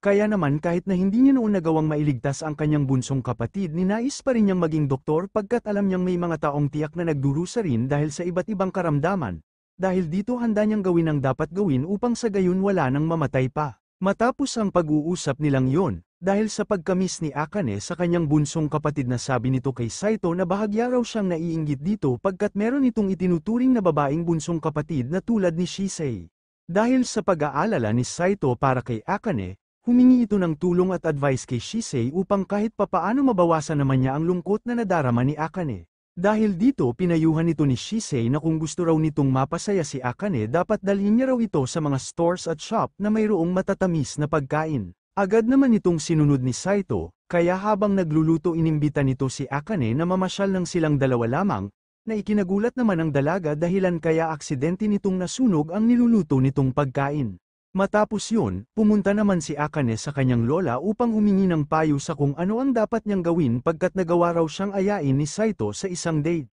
Ikinagagalak naman itong marinig ng kanyang lola, kaya naman bilang tulong dinala niya ito sa isang exclusive dressing room na naglalaman ng mga damit na para lamang kay Akane kung sakali raw na tuluyan na itong magkagusto sa isang tao. Nang dumating ang itinakdang araw, hindi lubos makapaniwala si Saito sa gandang taglay ngayon ni Akane, kaya naman dahil sa nakakahiyang sitwasyon minabuti na lamang nila na tanggapin na hindi isang date ang kanilang gagawin kahit na ang totoo isa naman talaga itong date. Nang simulan na nila ang pamamasyal, gusto sana ni Saitong dalhin sa isang cat cafe si Akane ngunit tinanggihan ito ng dalaga pagkat pinagbabawalan na raw siyang pumunta rito dahil sa rason na labis na raw niyang kinahihiligan ang mga pusa na naririto. Dahil dito, inimbita na lamang ni Saito si Akane na magkaraoke na nung una hindi pa gusto ng dalaga pagkat nabalitaan raw niya kay Himari na kapag nasa karaoke room raw ang babae at lalaki ng silang dalawa lamang, may posibilidad na maghalikan raw ang mga ito. Hindi naman yun pinatotohanan ni Saito, kaya naman kalaunan naging komportable na rin rito si Akane at masaya na lamang silang kumanta ng magkasama. Matapos yun, habang nasa park at umiinom ng strawberry milk tea ang dalawa, hindi naman maitago ni Akane ang kanyang saya. Kaya bilang pasasalamat nais sana nitong share kay Saito ang kanyang inumin ngunit nang masabi ni Saito na magre-resulta raw ito sa isang indirect kiss, nahiya dito bigla ang dalaga. Magkaganon pa man sa kabila nun sinubukan pa rin niyang mag-share kay Saito subalit di ito tinanggap ng ating bida pagkat alam raw niyang paborito itong inumin nitong ni Akane. Nang matanong naman ni Akane si Saito kung bakit raw siya inimbita nito, nasabi naman rito ng binata na ginawa raw niya ang bagay na ito pagkat nakukonsensya raw siya sa kanyang nagawa rito kay Akane, pagkat kung di raw dahil sa kanya malamang hindi nito muling maaalala ang masakit nitong nakaraan at malamang hindi raw ito makakaramdam ng lungkot ngayon. Ikinatuwa naman ng dalaga ang pag-aalala ni Saito para sa kanya, kaya naman bilang pasasalamat, nasabi rito ni Akane na handa raw niya itong samahan kung saan man ito gustong pumunta. Dahil dito, dinala ni Saito ang dalaga sa isang supplement store kung saan hindi ito makapaniwala na parang snacks lamang para kay Saito ang bawat supplement at kahit pinipigilan na niya ang binata sa pagkain ng mga supplements, hindi pa rin ito huminto at ipinagpatuloy pa rin ito ang kanyang ginagawa. Matapos yun, habang pauwi saglit namang napahinto si Akane nang makita nito ang isang singsing at nang mapansin ni Saito na gusto ni Akane ang singsing sa harap nito tinanong niya ito kung nais niya ba raw itong bilhin. Subalit tinanggihan ito ng dalaga pagkat bilang estudyante wala pa raw siyang pera upang makabili ng isang singsing subalit sa oras na magkatrabaho na raw siya, muli raw siya ritong babalik upang bilhin ang singsing na ito. Habang nasa daan, buong puso namang nagpasalamat ang dalaga kay Saito dahil sa masayang araw na naibigay nito, na hindi naman inaasahan ng binata at hindi rin ito naitangging mas maganda si Akane kapag parati itong nakangiti. Sa nakaraan ng bata pa lamang si Akane, na ibahagi rito ng kanyang ina na ang singsing ay simbolo ng pagmamahalan ng dalawang tao sa isa't isa. At ang singsing rin raw ang tanda upang sabihin na may napili na ang isang tao na kanyang makakasama pang habang buhay, at balang araw, mauunawaan rin raw ni Akane ang kahulugan ng pagkakaroon ng singsing kapag dumating na ang tao na magbibigay sa kanya nito. Habang nasa hapagkainan, inis na pinagalitan ni Akane si Saito pagkat imbes na purihin raw nito ang pagkaing nasa harap nito na gawa nitong manood lamang na parang walang pakialam, dahilan kaya inis na lamang itong iniwanan ng dalaga. Ipinagtaka naman ni Saito ang nabago na namang mood ni Akane, na malayo sa mood na ipinakita nito sa kanilang date, at dito rin biglang naalala ni Saito ang singsing na ninanais sana nung makuha ni Akane. Matapos ang klase, habang naglalakad na tanong ni Saito kay Shisei kung maaari ba raw siyang bumisita sa bahay nito na kaagad namang pinahintulutan ni Shisei kasunod ng agara nitong pagtawag sa kanilang magiging sundo. At ilang saglit dumating na nga rito ang katulong ng pamilya ni Shisei na si Rui, na kanilang magiging sundo papunta sa mansyon ng pamilya Hojos. Pagdating sa mansyon, agad silang dumiretso sa silid ni Shisei kung saan dito tinulungan ni Saito ang dalaga na magpalit ng kasuotan, at dahil matagal-tagal na rin silang hindi nakakapaglaro bilang magpinsan, naisip ni Shisei na maglaro muna sila ni Saito ng laro na tinatawag na vampire na hindi naman natanggihan pa ni Saito, dahilan kaya wala na itong nagawa sa pagiging clingy ni Shisei. Pagdating ng ina ng dalaga, natanong nito kay Saito kung mananatili ba raw ito sa mansyon upang maghapunan, na kaagad namang tinanggihan ni Saito pagkat naghanda na raw si Akane ng pagkain para sa kanilang magiging hapunan. At inamin rin ni Saito na naparito raw siya upang humingi ng pabor pagkat nais raw niya ngayon ng isang trabaho, kaya naman nagbabaka sakali siyang mayroon siyang maitulong sa kumpanya nitong kanyang auntie, pagkat ang totoo nais raw niyang magkaroon ng sariling pera na kanyang nais gamitin upang bumili ng isang regalo na nais naman niyang ibigay sa isang tao.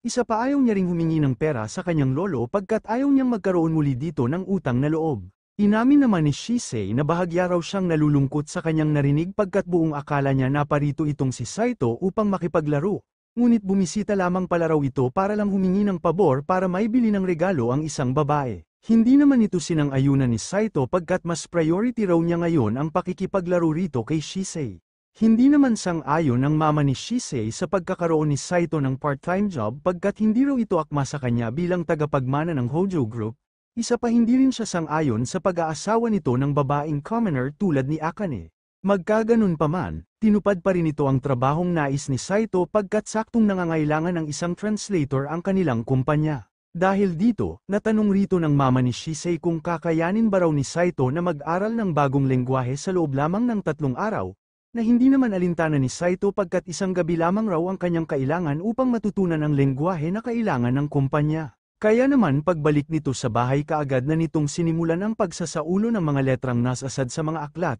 na labis namang ikinagulat ng dalaga pagkat ngayon niya lang nakita na seryosong nag-aaral si Saito, dahilan kaya ibinahagi rito ng binata na may lengguwahe raw kasi siyang nais matutunan. Nang malaman naman ito ni Akane hindi ito makapaniwalang saglit lamang ang kailangan ni Saito upang matutunan ang isang bagay, dahilan kaya nasabi nitong nais niya ng utak na katulad ng kay Saito. Kinabukasan matapos ang klase, ipinagtaka ni Akane at Himari na magkasabay na namang pauwi sina Saito at Shisei. Samantala habang nagsisimula na nga si Saito sa pagtatrabaho hindi naman ito magawang makapag-focus dahil sa pagiging clingy ni Shisei. Ngunit ayon kay Shisei nauunawaan niya naman na ginagawa ito ni Saito upang makuha ang puso ni Akane subalit pag-aamin niya simula nang maging asawa raw nito si Akane naging limitado na lamang ang oras na naibibigay nito sa kanilang bandeng ngunit hindi naman raw niya sinisisi itong si Saito pagkat alam niyang ginagawa niya lamang ito para makamit ang matagal na nitong pangarap. Pag-uwi ni Saito, inis naman itong inaabangan ni Akane pagkat late na naman raw itong umuwi ng bahay.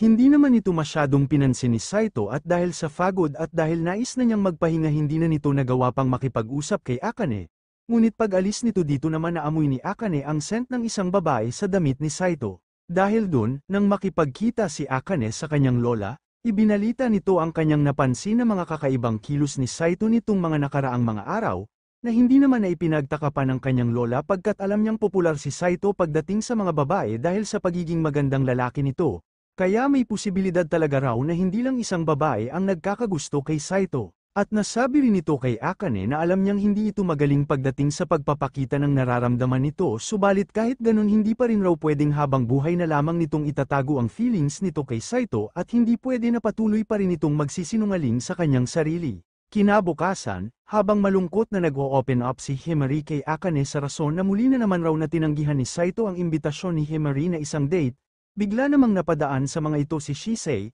at mula rito dito naamoy ni Akane ang scent ni Shisei na pareho sa kanyang naamoy sa damit ni Saito nang umuwi ito nung isang gabi. Habang mag-isang naghahapunang muli ang dalaga, dito nito naisip ang mga paalala sa kanya ng kanyang lola na maging totoo na raw siya sa kanyang sarili. Dahil dito, dahil wala pa siyang contact number ni Saito, gamit ng city page kung saan nakalista ang bawat numero ng bawat pamilya, dito nito direktang tinawagan ang bahay ni Shisei. Nang sagutin ito ni Rui, natanong rito ni Akane kung nasa bahay ba raw talaga ni Shisei si Saito, na agad namang pinatotohanan ni Rui. Dahil dito hindi na nag-atubili pa si Akane na mag-request kung pwede ba raw niyang makausap saglit si Saito. Nang ibigay naman ni Rui sa mama ni Shisei ang telepono, nasabi nito kay Akane na hindi raw nito maaaring makausap ngayon si Saito pagkat masyado raw itong busy sa kasalukuyan. Nang matanong naman ni Akane kung ano raw ang kasalukuyang ginagawa ni Saito, hindi ito sinagot ng mama ni Shisei pagkat hindi na raw yun kinakailangan pang malaman ni Akane.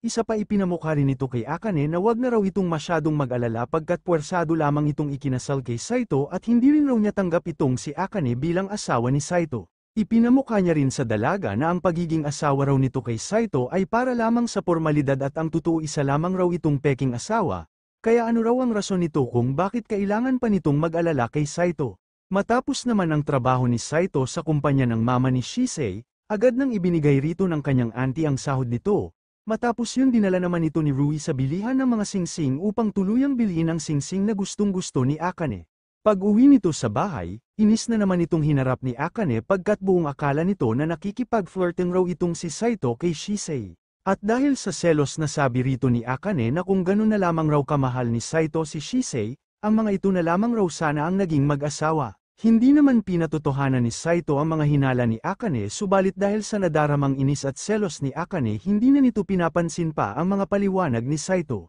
Nang subukan naman itong pigilan ni Saito, bilang solusyon sa nadaramang inis ng dalaga, ipinakita na nito rito ang kanyang regalo na isang singsing na gustong-gusto nung makuha ni Akane. At dito rin nasabi ni Saito na nagawa raw niyang magtrabaho bilang translator sa kumpanya ng kanyang auntie para lamang magkaroon ng pera na pambili sa singsing na nais nito ni Akane. Habang gulat at nauutal-utal pa ang dalaga, kinumpirma rin rito ni Saito na niregalo niya rin ang singsing rito pagkat nais rin niyang mas mapalapit pa rito kay Akane. Dahil sa pagkahiya, madaling umalis si Akane sa harap ni Saito subalit mabilis rin itong bumalik upang sabihin kay Saito na maraming salamat, na ikinagulat naman ng lubos ng binata. Sa sumunod na araw habang suot na ni Akane ang singsing na regalo ni Saito, ikinatuwa ito ng binata at nasabing bagay ito kay Akane. Nang matanong naman ni Akane kung malilate pa raw ng uwi ngayon si Saito, tinanggi ito ni Saito pagkat tapos na raw ang pagtatrabaho niya sa kumpanya ng kanyang auntie, dahil dito masaya ritong nasabi ni Akane na gagawa niya raw ito ng masarap na panghapunan.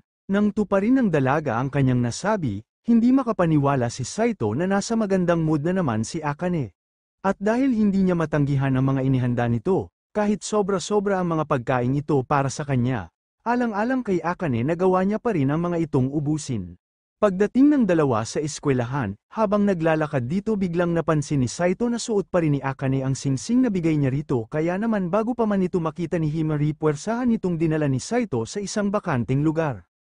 At mula rito ipinaalala ni Saito kay Akane na suot pa rin ito ang singsing at mas maigi kung itatago niya muna raw ito sa kanyang bag habang naririto pa sila sa eskwelahan.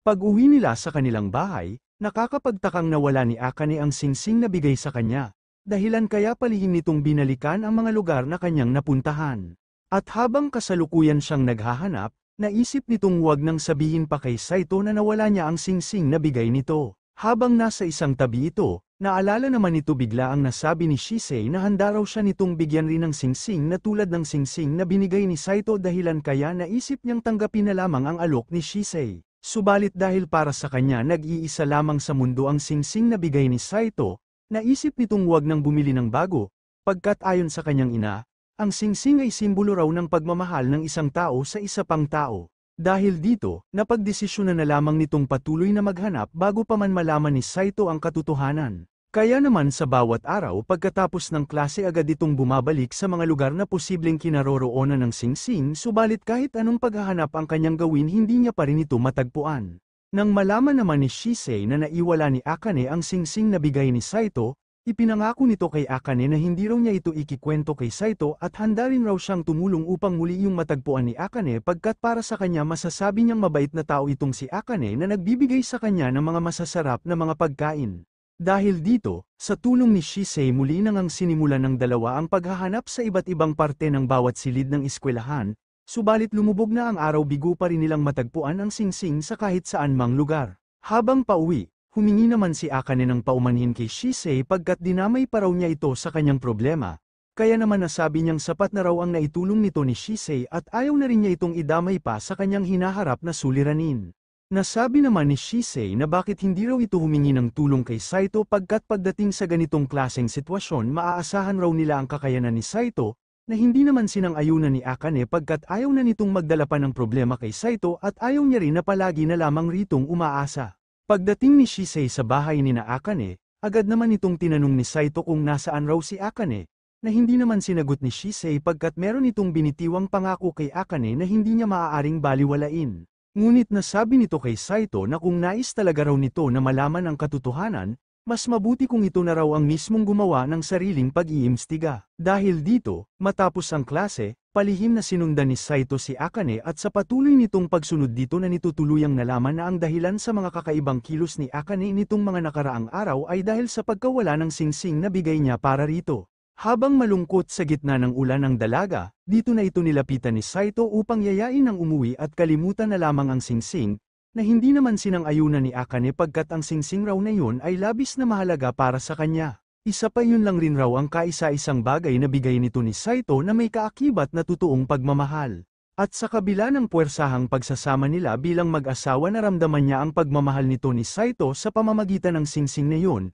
Isa pa nagpakahirap rin raw ito sa pagtatrabaho para lamang mabili ang singsing na magiging tulay upang mas lalo pa silang maging malapit sa bawat isa. Kaya naman hindi raw siya papayag na hindi niya iyon muling matagpuan. Dahil dito, hindi na natiis pa ni Saito na tumulong kay Akane, at gamit ng matalas niyang memorya, naisip niya kaagad kung saan posibleng naiwala ng dalaga ang pouch na kinalalagyan ng singsing. At dahil magkasama sila noon nang maiwala ni Akane ang pouch nito, madaling natagpuan ng binata ang kinaroroonan ng pouch sa loob lamang ng ilang minuto. Labis naman itong ipinagpasalamat ng dalaga at dahil sa sobrang saya nito, hindi na nito napigil ang muling maiyak. At matapos yun personal nang ang isinuot ni Saito sa daliri ng dalaga ang singsing subalit habang pauwi dito nasabi ni Akane na ang kahulugan raw ng singsing sa left ring finger ay engagement o di kaya naman marriage na sumisimbolo sa malalim na pagmamahalan. Labis naman itong ikinagulat ni Saito dahilan kaya sinubukan nitong ilipat sa kanang daliri ni Akane ang singsing na suot nito subalit hindi ito pinahintulutan ng dalaga pagkat ayos lang raw ito sa kanya ngayong araw. Sa mga sumunod na araw, sa hindi malamang dahilan isang dalaga ang bigla na lang nagpakita kay Saito subalit nang mapansin ito ng binata bigla na lamang niyang naalala rito ang isang dalaga na bahagi ng kanyang nakaraan. Nang magpakilala ito kay Saito bilang Maho, hindi naman maalala ng binata na kilala niya ito at wika rin itong ni minsan, hindi pa raw niya ito nakita o nakilala man. Subalit hindi na yun pinansin pa ni Maho at out of the blue niyaya na lamang nito si Saito na maging kanyang kasintahan, na lubos hindi inaasahan ng ating bida. Nang masabi pa ni Maho na alam niya lahat ng patungkol sa buhay ni Saito especially sa personal nitong buhay, halimbawa na lamang ang pagtapat ni Himari rito ng pag-ibig na tinanggihan nito at ng pagiging asawa nito kay Akane, ikinagulat muli ito ni Saito at tanong pa nitong paano raw yun nalaman nitong ni Maho. Nang inis na tinanong muli rito ni Saito kung sino ba raw talaga ito at kung paano raw nito nalaman ang lahat. Hindi ito sinagot ni Maho pagkat nais nitong mag-date muna raw sila ni Saito bago niya sabihin rito ang mga nais nitong malaman. At pinagbantaan rin ni Maho si Saito na kung hindi raw ito papayag sa mga gusto niyang mangyari, ikakalat niya na lamang sa buong eskwelahan ang sekretong itinatago nito ni Saito at Akane. Matapos ang klase, dumiretso muli si Maho kay Saito kung kaya't pagdating nito sa classroom ng binata agad niyang itinanong sa lahat kung saan raw niya makikita si Saito, na ikinainis na namang muli ng ibang estudyante, pagkat may bago na namang dalaga raw ang umaaligid dito sa ating bida. Habang nasa hagdan, dito naman natanong ni Saito kay Maho kung bakit raw ito bigla na lamang nagtapat ng pag-ibig, na sinagot naman ni Maho na siguro dahil raw yun sa love at first sight. Hindi naman yun pinaniwalaan ng binata pagkat hindi naman raw siya ganun kagwapo upang magustuhan, na sinang-ayunan naman kaagad ni Maho. Nang mataranta naman bigla ang binata dahil sa pagpapadulas na ginawa ni Maho, dahil sa pag-aalala bahagya niya itong pinagalitan subalit hindi ito binigyang pansin ni Maho pagkat mas maganda raw na habang maaga pa lamang gawin na raw nila ang mga bagay na nais nilang gawin dahil hindi raw nila masasabi kung kailan sila kukunin ng may kapal. Habang pababa ng hagdan, dito muling natanong ni Maho kung mahal o may pagtingin ba raw talaga itong si Saito kay Akane, na hindi naman diretsyo na nasagot ng binata pagkat hindi niya rin alam kung ano ba talaga ang nararamdaman niya para kay Akane. Dahil dito, iminungkahi rito ni Maho na bakit hindi na lamang raw nila subukan na bumuo ng sarili nilang pagmamahalan, at dahil iniligtas siya nito ni Saito handa niya itong ilibre ng mga pagkain na nais nito. Pagdating nila sa isang fast food restaurant, hindi akalain ni Saito na mas gusto pa ni Maho ang mga junk food kesa sa nasabi nitong mga matatamis na pagkain, magkaganon pa man, hinayaan na lamang niya ito pagkat maging siya ay mas prefer din ng mga junk food kesa sa anumang pagkain. At dito ibinahagi rin ni Maho na gusto niya rin sana ng cup noodles ngunit may isang tao ang hindi raw siya pinapayagan na kumain ng ganon. Naunawaan naman ito ni Saito pagkat maging siya ay naranasan na rin ang parehong bagay dahil sa pagiging istrikto ni Akane. Nang may bahagi naman ni Maho na mayroon siyang nakakatandang kapatid na babae, hindi na yun ikinagulat pa ni Saito pagkat halata naman raw ito dahil sa ipinapakita nitong pag-uugali. Ipinagmalaki naman ni Maho kay Saito ang kanyang ate pagkat para raw sa kanya. Ang kanyang ate ang pinakamaganda at pinakaperpektong babae na wala nang makakatumbas pa. Nang magkaroon ng sauce sa daliri ni Saito, wala itong pag-aalinlangang nilinis ni Maho gamit ng kanyang labi, at dahil sa nangyari nagbigay pa ito ng pagkakataon para makunan ito ni Maho ng isang litrato. Dahil sa hindi inaasahang pangyayari, labis itong ikinayamot ng binata subalit tulad ng dati hindi pa rin ito binigyang pansin ni Maho pagkat para raw sa kanya, maituturing na masayang alaala raw itong naganap ngayon. Hindi pa rin ito ikinatuwa ni Saito dahilan kaya hinabol nito ang dalaga upang puwersahan niya ritong burahin ang litratong nakunan nito. Nang magawa niya itong maabutan, dahil sa pakiusap nito kay Maho na burahin na ang litratong nakunan nito, agad na itong sinunod ng dalaga nang wala ng pag-aalinlangan. Matapos yun, kahit na may maling nagawa si Maho na pagdesisyonan pa rin ni Saito na ipagpatuloy ang kanilang pamamasyal. Habang nasa daan, dito naman ipinagtaka ni Maho na kung bakit tinitiis pa raw nito ni Saito na makasama sa iisang bubong si Akane gayong dito na rin galing na mortal silang magkaaway, na sinagot naman ni Saito na mayroon raw kasi siyang personal na rason kung bakit patuloy pa rin siyang naninirahan na kasama si Akane. Nang nais na sana ni Saitong magpaalam kay Maho upang tuluyang umuwi, nasabi rito ni Maho na sasamahan niya raw ito hanggang pag-uwi pagkat natural lamang raw ito sa dalawang tao na nagmamahalan, na hindi naman sinang-ayunan ni Saito kaya naman dahil dito nang ipang-blackmail na namang muli ni Maho kay Saito ang sekreto nito at ni Akane, sa pamamagitan nito wala nang nagawa pa si Saito kundi ang pumayag na sumama si Maho sa kanya pauwi ng bahay. Nang salubungin ni Akane sina Saito at Maho sa harap ng bahay, ipinagtaka rito ng dalaga kung bakit raw kasama ni Saito pauwi si Sakura Morimaho, na siya palang nakakabunsong kapatid ni Akane. Matapos yun, dahil matagal ring di nagkita ang magkapatid hindi rito napigilan ni Maho na maglambing kaagad kay Akane na siya namang madaling pinagbigyan ng dalaga, at habang masaya rito ang dalawa dito naman natanong ni Saito kay Akane kung paano raw ito nangyari. Pagkat buong akala niya na matagal nang kinuha ng may kapal ang bunso nitong kapatid ayon na rin sa nasabi nito noong huli nilang pag-uusap.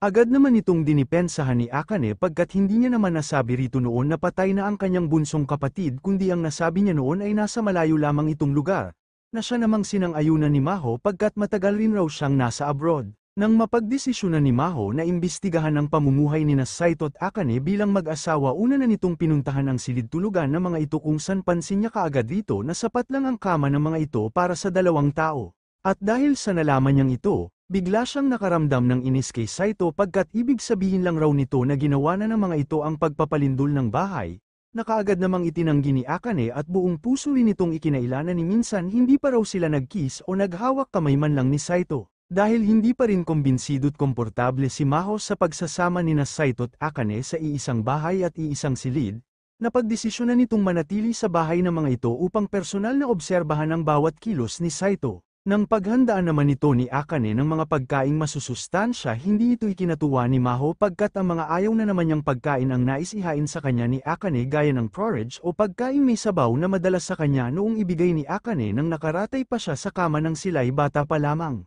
Matapos yun, nang tuluyan ng makapag-usap sina Maho at Akane, dito buong tapang nang iminungkahi ni Maho na bakit hindi na lamang raw siya ang maging asawa ni Saito imbes na itong si Akane, pagkat ang nais lang naman ng kanilang lola at ng lolo ni Saito ay maging mag-asawa ang kani-kanilang apo dahil sa hindi nila natupad noong pagmamahalan. Kaya naman upang hindi na mahirapan pa itong si Akane, nagboluntaryo na lamang rito si Maho na pumalit sa pwesto nito ni Akane upang maging asawa ni Saito at handa pa raw niyang kausapin ang kanilang lola upang sa gayon magbigay pa rin ito kay Akane ng tuition para sa pag-aaral nito. Hindi naman sigurado rito si Akane pagkat sa kanyang puso kahit gustuhin niya man na tanggapin ang alok ni Maho, hindi niya ito magawa pagkat obvious naman na ayaw niyang mahiwalay kay Saito, at bilang patunay, sinabi nito kay Maho ang lahat ng mga gawain at pinaggagawa ni Saito habang nasa bahay. Ngunit, di naman ito binigyang pansin ni Maho at kahit wala pa raw siyang gaanong alam sa personalidad na meron si Saito, hindi na raw yun mahalaga pagkat gusto niya naman ang pagiging gwapo raw ni Saito.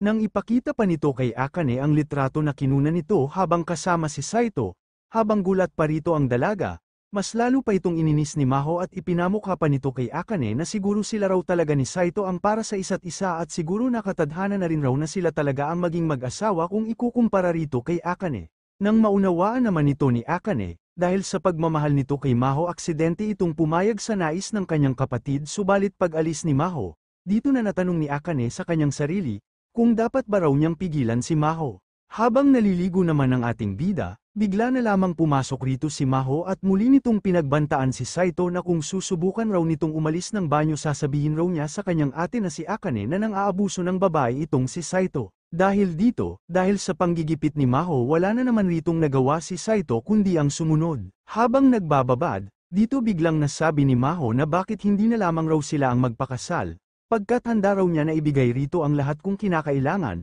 mga bagay na hindi rito kayang maibigay ni Akane. Matapos yun, nang handa na sana si Saito upang matulog, dito naman ito personal na tinanong ni Akane kung nag-iisip ba raw itong makipaghiwalay sa kanya. Nabigla namang ikinagulat ng binata at nang magtanong rin ito na kung paano kung oo, papayag ba raw itong si Akane na makipaghiwalay. Sa mga sumunod na araw, upang makapag-bonding naman ang lahat pumunta ang mga ito sa isang amusement park at dito habang pinag-aagawan ni Maho at Himari si Saito inis namang pinandirihan ni Akane ang binata nang dahil sa selos. Nang simulan na nilang sumakay sa roller coaster, habang nagsasaya rito sina Maho at Himari kabaliktaran naman ang nararamdaman rito ni Saito at Akane, kaya naman pagkatapos ng ride naging robot bigla rito ang dalaga na ipinagmamayabang pa na kayang-kaya pa raw niyang sumakay muli sa ganitong klaseng rides. Subalit nang sunod naman nilang sinubukan ang Ferris wheel, nang kamustahin muli ni Saito rito si Akane, kahit nasabi ng dalaga na kakayanin niya ito, dahil sa takot, hindi pa rin ito maiwasang hindi mataranta na dumating pa sa puntong sinisisi na nito ang sangkatauhan dahil sa paglikha ng ganitong klaseng ride. Nang matanong ni Saito kung bakit sinusubukan pa raw nitong ni Akane ang ganitong mga klaseng ride sa kabila ng nadarama nitong takot, sinagot ito ni Akane na ginagawa lamang raw niya ang bagay na ito pagkat nais niyang makitang masaya ang kanyang bunsong kapatid na si Maho. Nasabi rin ito na gusto ni Maho ng masasayang bagay tulad ng amusement park at festivals at gusto nitong pumunta sa ganitong mga klaseng lugar kasama ng mga kaibigan at siguro dahil na rin yun sa palagi na lamang nagdurusa sa sakit si Maho kaya nais nitong kahit papaano, ma-enjoy naman ito ang kanyang buhay. Kaya naman bilang nakakatandang kapatid na sabi rito ni Akane na handa raw niyang gawin ang kinakailangan sa abot ng kanyang makakaya upang matupad niya lamang ang kahilingan ni Maho, basta't yun ang magpapasaya rito. Nang mag-alok naman si Saito ng hawak kamay rito kay Akane, labis naman itong ikinagulat ng dalaga pagkat out of nowhere siyang inalok ni Saito na mag-hold hands, ngunit pinaliwanag rito ni Saito na inaalok niya raw ito ng hold hands upang kahit papaano mabawasan naman ang nadarama nitong kaba. Dahil dito, di kalaunan pumayag na rin rito ang dalaga at habang hawak na nga ni Saito ang kamay ni Akane nasabi naman ito sa kanyang isip na hindi siya makapaniwala na napaka-responsable rin palang ate nitong ni Akane. Nang subukan naman nila ang isang haunted house, hindi ito kinaya ni Akane kaya't maaga itong lumabas habang umiiyak. Samantala sa panig naman ni Maho at Saito, hindi naman ang mga ito nakadarama ng takot, imbes nakuha pa nga nilang purihin ang pagiging realistic ng kaharap nilang zombie. Subalit habang naglalakad, Dito biglang nakaramdam si Maho ng pananakit ng katawan dahilan kaya tinulungan na ito ng binatang makalabas upang pansamantalang makapagpahinga. Nang balak na sana ni Saitong ipaalam kay Akane ang nangyari, agad itong pinigilan ni Maho at nagkunwari ito sa harap ng binata na wala ng sakit. Hindi naman ito nagustuhan ni Saito at pinayuhan ito si Maho na wag na raw gawing biro pa kung may nadarama raw itong sakit pagkat hindi raw isang biro lamang ang pagkakaroon nito. Dahilan kaya agad naman itong naunawaan ng dalaga. Kinagabihan ng matutulog na sana ang ating bida, ikinagulat bigla nito nang makita nito si Maho, suot ang isang mapang-akit na kasuutan. Nang maalala muli ni Saito kay Maho ang babae sa kanyang nakaraan, tinanong rito ni Saito kung nakapunta na ba raw itong si Maho sa dinaos noong kasiyahan para sa lolo ni Saito, isang kasiyahan na dinaos sa isang villa matapos ang primary school graduation. At nang aminin pa ni Saito sa harap ni Maho na may babae rin siya noong nakita na hawig kay Maho, inaamin niyang hindi siya mapalagay pagkat di siya sigurado kung si Maho nga ang babaeng yun pagkat nung araw na yun hindi na niya natanong pa kung ano ang pangalan ng babaeng kanyang nakilala. Nang sabihin ni Maho na siya nga ang babae sa nakaraan ni Saito, habang gulat pa rito ang binata nagbigay ito ng pagkakataon para sa dalaga upang mas lalo pa itong akitin. Subalit dahil sa talino ni Saito, madali nitong nakumpirma na kinamumuhian nga siya nito ni Maho, na mabilis namang itinanggi ng dalaga. Ngunit ayon kay Saito nagawa niya raw itong mahalata pagkat hindi tumutugma sa kilos ni Maho ang bawat nasasabi nito kung ikukumpara kay Akane. Dahil dito na nga umamin si Maho na totoong kinamumuhian niya itong si Saito subalit sa kabila ng katotohanan na pagdesisyonan pa rin itong kunin ang unang halik ng binata na buong lakas namang pinipigilan ni Saito pagkat hindi raw tama na halikan nito ni Maho ang tao na kinamumuhian nito, na hindi naman alintana ng dalaga habang patuloy pa rin itong pinipilit ang nais nitong mangyari. Nang tuluyan ang mga itong makita ni Akane, sa kauna-unahang pagkakataon seryoso na ritong nagalit ang dalaga, na nagresulta kaya na palayas nito sa bahay sina Saito at Maho. Habang nasa daan, hindi pa rin tumigil rito si Maho at nais pa rin itong sumama kay Saito kahit saan man raw ito pumunta. At dahil walang magawa rito ang ating bida kahit labag sa kanyang loob minabuti na lamang nilang magpahinga sa isang hotel. Subalit dahil sa kakulitan ni Maho at dahil sa walang sawa nitong panggigipit, napuno na rito ang binata dahilan kaya inis na nitong nasabi kay Maho na tumigil na umano raw ito sa mga drama nito. Hindi naman ito ikinatuwa ng dalaga, at malungkot rin itong tanong kay Saito kung papaalisin rin ba raw siya nito at dito inamin rin ni Maho na labis siyang nagsisisi sa kanyang nagawang prank kay Akane pagkat ito ang kauna-unahang beses na totoo itong nagalit sa kanya. Kaya naman bilang kabayaran sa kanyang nagawang pagkakamali inoffer nito kay Saito ang kanyang katawan pagkat nais raw niyang akuin ang responsibilidad kung bakit napalayas rin ni Akane si Saito sa kanilang bahay. Hindi naman ito tinanggap ni Saito at nasabi rin ito na tinutulungan niya lamang itong si Maho pagkat para na raw niya itong bunsong kapatid na hindi niya maaaring pabayaan. Dahil dito, humingi rito si Maho ng isang pabor kung pwede ba raw siyang bigyan ni Saito ng isang headpat, na malugod namang pinagbigyan ng binata. Kinabukasan, dahil hindi nakakuha ng gamot si Maho nang palayasin sila ni Akane, bigla na lamang lumala rito ang iniinda nitong karamdaman at kung wala raw ang kanyang gamot mananatili siyang nasa ganitong kalagayan at ang kanyang gamot lamang ang tanging nagbibigay sa kanya ng lakas upang maging normal na tao at hindi basta-bastang mawala ng malay. Subalit dahil agad silang pinalayas ni Akane hindi na siya nagkaroon ng pagkakataon upang makakuha pa ng gamot. Nang balak na sanang tumawag ni Saito ng isang ambulansya para kay Maho, agad itong pinigilan ng dalaga pagkat kung gagawin raw ito ni Saito tiyak na tatawagan rin ng ospital ang kanyang pamilya maging ang kanyang ate, isa pa hindi na raw kinakailangang pumunta pa sila ng ospital pagkat sa doktor na rin raw nanggaling na may pag-asa pa naman raw siyang mamuhay bilang normal na tao at masulit ang bawat bagay. Magkaganon pa man, upang makatiyak si Saito sa karamdaman ni Maho dinala pa rin ito ni Saito sa isang ospital, kung saan pansamantala muna niya ito ritong binantayan habang wala pa ang pamilya nito. Nang mapagdesisyonan na ni Saitong umalis, ipinakiusap rito ni Maho na wag na raw ikikwento pa ni Saito ang anumang nakita nito ngayon sa harap ni Akane, na hindi naman maunawaan ng binata pagkat mas makakabuti raw kung malalaman rin ito ni Akane. Hindi pa rin naman ito sinang-ayunan ni Maho pagkat ayaw na raw niyang makita pang labis na nag-aalala sa kanya ang kanyang ate pagkat simula pa lamang nang sila'y mga bata. Palagi na lamang raw siyang pabigat kay Akane at dahil dun ni minsan hindi noon nagkaroon ng kaibigan ang kanyang ate, na nagresulta sa personalidad na meron ito ngayon. At dahil alam ni Maho kung gaano kabait ang kanyang ate, ninais niyang lumayo na lamang mula rito, sa gayon magawa naman ng kanyang ate ang mga pangarap nito sa buhay, dahil dito, Nang maunawaan nito ni Saito, ipinangako nito kay Maho na hinding-hindi niya sasabihin kay Akane kung ano ang mga naganap ngayon. Pagdating ni Saito sa eskwelahan, agad itong kinumpronte ni Akane na nais malaman kung nasaan ngayon si Maho pagkat simula nun hindi na raw niya nakita pa si Maho na pumasok ng eskwelahan. Di naman ito binigyan ni Saito ng matinong kasagutan bilang pangako na rin kay Maho. Dahilan kaya nagsimula na si Akane ritong mag-alala pagkat kakaiba raw itong nangyayari lalo pat hindi niya magawang matawagan si Maho at hindi rin binabasa ni Maho ang kanyang mga text. Pagbalik ni Saito sa ospital, ipinagtaka nito kung bakit mas nais pa raw ni Maho na gumala sa iba't ibang lugar imbes na manatili, na sinagot naman ng dalaga na natatakot raw kasi siya. Natatakot siyang baka isang araw hindi na siya muling makabangon pa. Ayon kay Maho, hindi niya raw kasi alam kung kailan ba raw talaga siya kukunin ng may kapal. Kaya naman hanggat may pagkakataon, nais na raw niyang sulitin ang bawat araw na natitira sa kanyang buhay. Isa pa kung nasa malayo raw siyang lugar, kahit papaano hindi na siya maiisip ng kanyang ate at hindi na rin ito mag-aalala pa para sa kanya. Nang matanong naman ni Saito kung palagi ba raw sinisekreto ni Maho kay Akane ang iniinda nitong karamdaman, pinatotohanan nito ng dalaga pagkat alam na raw niya ang gagawin ng kanyang ate kung sakali mang malaman nito ang totoo. Dahil simula bata pa lamang mapagmahal na raw talagang ate si Akane.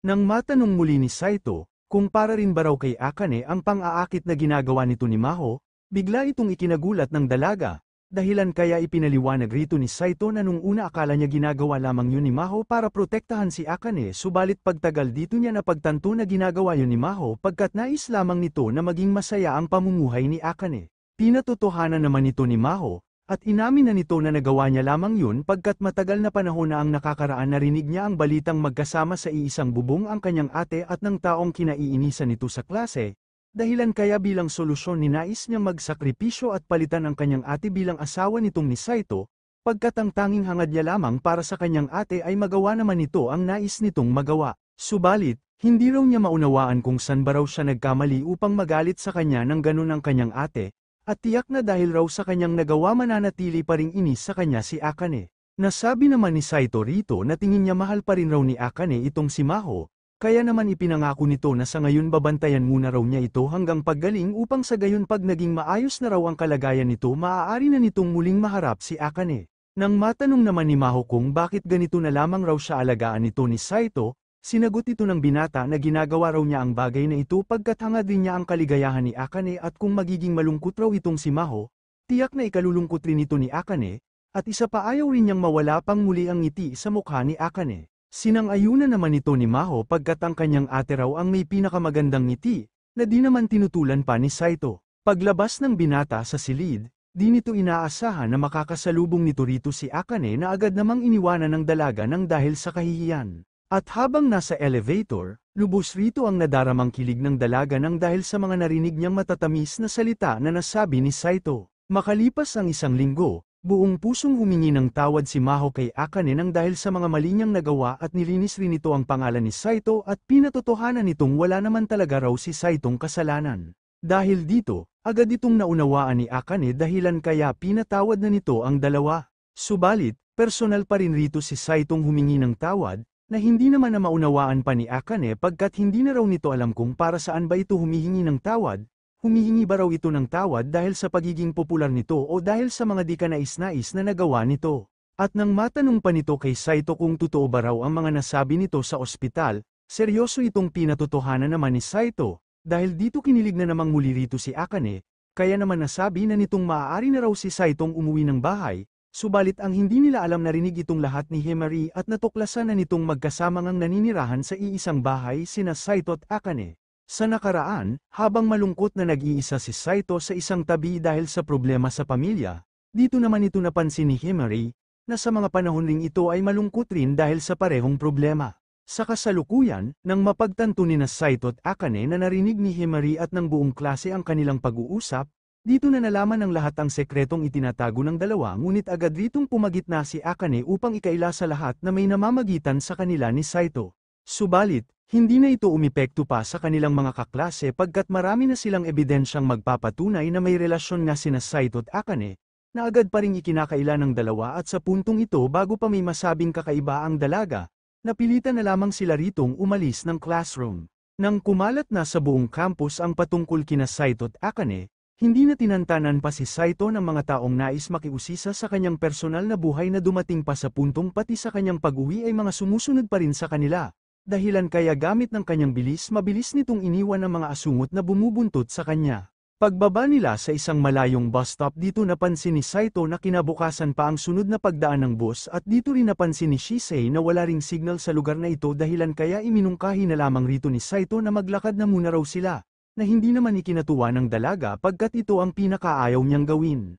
Pagdating naman rito ni Rui, nasabi nito kay Saito na naparito raw siya upang sunduin si Shisei at ibinahagi rin itong nagawa raw niya ang mga itong mahanap pagkat may ikinabit silang tracking device sa gamit ng dalaga. Sa mga sumunod na araw, dahil pa rin sa balitang kumakalat patungkol sa kanila, hindi na nila magawa pang makapamili ng kanilang pang-araw-araw na pangangailangan tulad ng bigas pagkat nag-aalala raw silang baka bigla na lamang nilang makasalubong ang isa man sa kanilang mga kaklase. Nang makarinig sila ng tunog sa pangalawang palapag ng kanilang bahay, agad nila ritong sinuri ang bawat silid at nang mapansin nila ang isang bagay na nagtatago sa kanilang kama agad ritong nainis ang dalaga, dahilan kaya nais niya kaagad itong hampasin. Nabuti na lamang madaling napigilan ni Saito subalit dahil sa pagmamatigas ni Akane aksidente silang nagkaroon ng romantic scene sa kanilang kama na kaagad namang nakita ni Maho. Nang tanungin ni Saito si Maho kung ano raw ang ginagawa nito rito, nasabi rito ni Maho na di niya raw kailangan ng rason upang pumunta rito pagkat maituturing na rin na kanya itong bahay, at nasabi rin itong kasama niya rin ngayon si Himari. Nang makapagharap-harap ang tatlo, agad ritong humingi si Himari ng tawad pagkat kung di raw dahil sa kanya hindi malalaman ng buong eskwelahan ang patungkol rito kina Saito at Akane. Di naman ito alintana ng dalawa pagkat sila naman raw ang may kasalanan pagkat dapat nagtapat na raw sila rito kay Himari noon pa man, kaya taos puso raw sila ritong humihingi ng paumanhin. Agad naman ang mga itong naunawaan ni Himari at inamin rin ito sa dalawa, na ang totoo hindi naman raw siya nagtatampo dahil lang sa hindi sa kanya nagsabi ng katotohanan si Akane. At isa pa simula pa nung una may hinala na talaga siya na magkasama ang mga ito sa iisang bahay dahil sa mga ebidensya tulad ng parehong baon, parehong amoy ng shampoo at iba pa. Isa pa napansin niya rin raw noon na alam ni Saito ang pasikot-sikot ng bahay kahit sinabi nito noon na unang beses pa lamang nitong makapunta sa bahay ni Akane. Isa pa dahil isa raw itong Hojo hindi talaga maiiwasan na magkaroon nito ng arranged marriage para sa family business.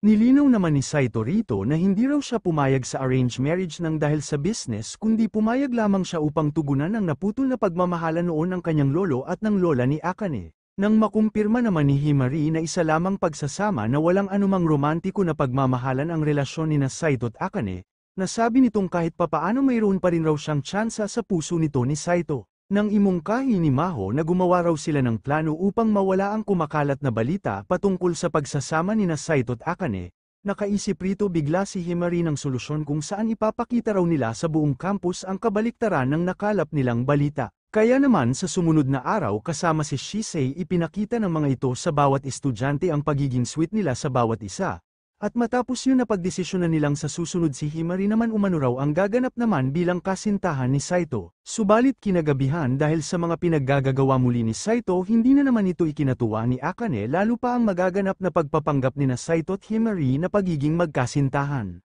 Nang tanungin naman ito ni Saito kung ano ba raw ang kailangan at mga bawal niyang gawin sa pagpapanggap nila ni Himari bilang magkasintahan, nasabi rito ni Akane na ayos lang raw sa kanya kung mag-kiss o magyakapan man raw ang mga ito subalit ang kapalit naman raw nito ay sisiguraduhin niyang magsisisi raw itong ipinanganak pa ito sa mundo. Kinabukasan, nang simulan na ng dalawa ang pagpapanggap bilang magkasintahan, agad naman itong umipekto at agaran sila ritong nahalata ng ibang estudyante, subalit habang masaya si Himari na kasama si Saito, nag-iisa at malungkot naman sa isang tabi si Akane pagkat pilit pa kasi nitong itinatago kung ano ba ang tunay nitong nararamdaman. Nang pumunta naman sa isang bakanteng silid ang dalawa, bilang parte pa rin ng pagpapanggap iminungkahi ni Himari kay Saito na mas igihan pa raw nila ang paglalambingan na kahit labag sa loob ng binata ay ginawa niya pa rin pagkat pinanunood sila ngayon ng ibang estudyante mula sa labas ng silid.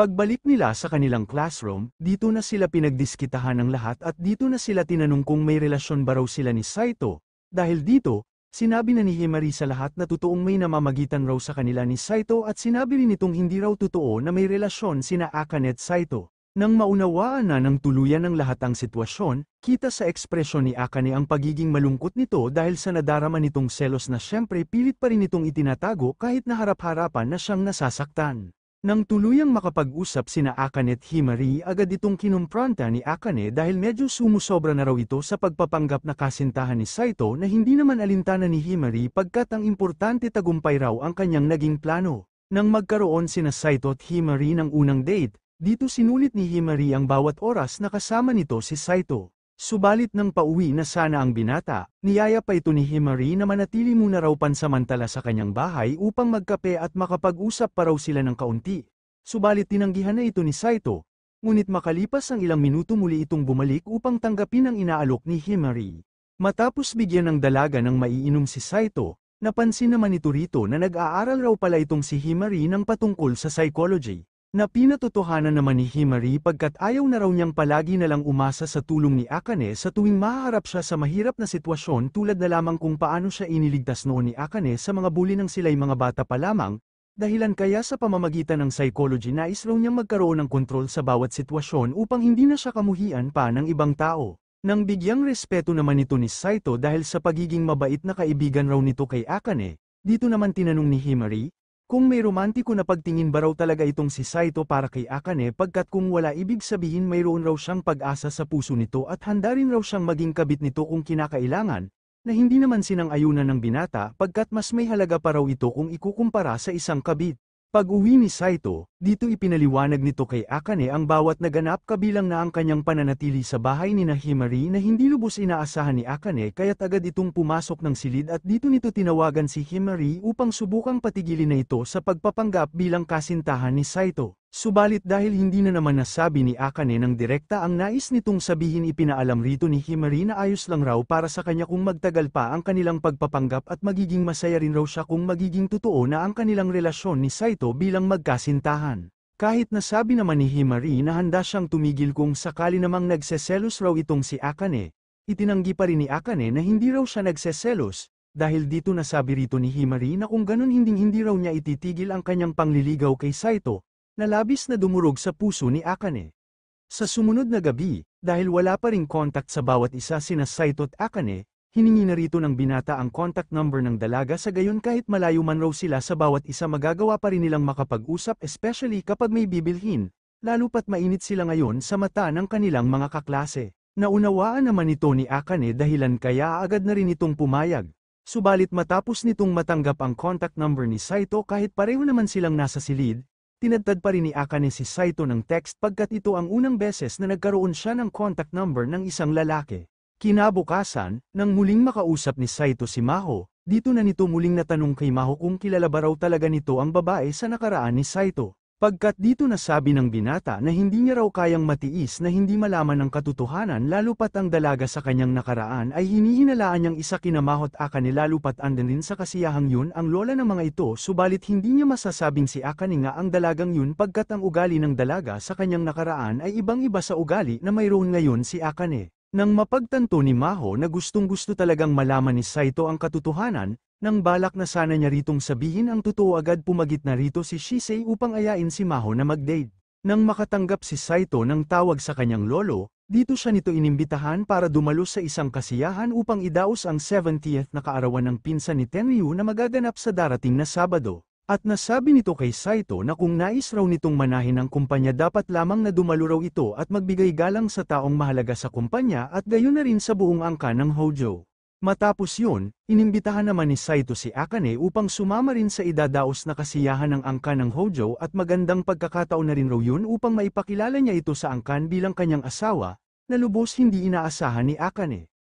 Tinanggihan naman ito ng dalaga pagkat hindi pa raw siya handa sa ganitong mga bagay at kinakailangan muna raw niyang maging handa mentally upang humarap sa pamilya ni Saito. Di naman ito pinilit pa ni Saito at nasabi na lamang rito ng binata na dahil isang kasiyahan ang kanyang pupuntahan hindi raw siya makakauwi ng maaga, kaya't pansamantalang mag-isa muna raw itong si Akane rito sa kanilang bahay. Nang masabi ni Akane na ayos lamang raw siya mag-isa na manatili rito sa kanilang bahay, hindi naman sigurado rito si Saito pagkat alam niyang matatakutin itong si Akane at ano na lamang raw ang gagawin nito kung bigla na lamang mawalan ng ilaw, na hindi naman alintana ng dalaga at handa naman raw niyang harapin kung ano man ang mangyari. Isa pa magandang pagkakataon na rin raw ito pagkat magkakaroon rin sila ng bonding ni Himari bilang magkaibigan. Pagdating ng itinakdang araw, nang tuluyan ang sunduin ng binata ng pamilya ni Shisei, Pag-alis ng mga ito dito naman pansin ang pagiging malungkot muli ni Akane. Pagdating ni Saito sa itinakdang lugar na pagdadausan ng kasiyahan, dito na nga sinimulan ng angkan ang selebrasyon para sa kaarawan ng pinsan ni Tenryu at dito na ibinigay ni Saito Chisei ang kani-kanilang regalo na malugod namang tinanggap ng kanilang lolang si Shizu. Nang hanapin ni Tenryu ang asawa ni Saitong si Akane, ipinaliwanag rito ng binata na hindi raw makakapunta ngayon si Akane pagkat nahihiya raw itong humarap sa pamilya Hojos. Ikinadismaya naman ni Tenryu na wala pa ring ginagawang hakbang si Saito kay Akane, na dinipensahan naman ng binata pagkat umayon lamang raw sila ni Akane sa pagiging mag-asawa bilang pormalidad lamang ngunit hindi sila umayon sa ibang bagay. Pinatahimik naman ni Shizu si Tenryu sa pang-aasar nito kay Saito at dito rin ito nasabi na hindi raw niya inaasahan na may naging asawa na itong si Saito at buong akala rin niya na si Shisei ang pipiliin nito bilang kanyang maging kabiyak. Naagara namang ikinaila ng binata subalit dahil sa nasabi ng kanilang lola hindi rito maiwasan ni Shisei na kiligin. Samantala, habang naghihintay si Akane sa pagbisita ni Himari hindi pa rin makakaila na malungkot pa rin ito sa pag-alis ni Saito. Pagdating ni Himari, agad nitong niyakap si Akane at buong puso itong humingi ng paumanhin sa kanyang nagawang pakikipag-date kay Saito at sa pagpapanggap na kasintahan nito. Na hindi naman alintana ni Akane at nasabi rin ito kay Himari na wala raw itong nagawang mali at wag rin raw nitong isipin na may nagawa itong kasalanan. Matapos ang kanilang pagbibake ng mga cupcakes, naisip ni Himari na kunan nito ng litrato upang maipakita kay Saito, na ikinagulat naman ni Akane pagkat hindi nito inaasahan na ibibigay rin pala ni Saito kay Himari ang kanyang contact number ngunit tinanggap na lamang niya ang nangyari pagkat wala naman raw siyang karapatan na pigilan si Saito isa pa hindi naman raw sila nagdi-date o tunay na magkasintahan. Nang makita ni Akane na nireplyan ni Saito ang text ni Himari, muli na naman itong nakaramdam ng selos pagkat hindi niya man lang kayang magawa ang pagiging sweet rin kay Saito hindi tulad ni Himari. Nang mapansin ni Himari na naghihintay rin si Akane ng text mula kay Saito, tinanong nito si Akane kung ano raw sa palagay nito ang kabaliktaran na gusto, na hindi naman nasagot ng tama ni Akane, dahil dito, nasabi rito ni Himari na ang kabaliktaran raw ng gusto ay pagwawalang bahala pagkat hindi raw nito totoong kakainisan ang isang taong hindi naman talaga nito pinapahalagahan.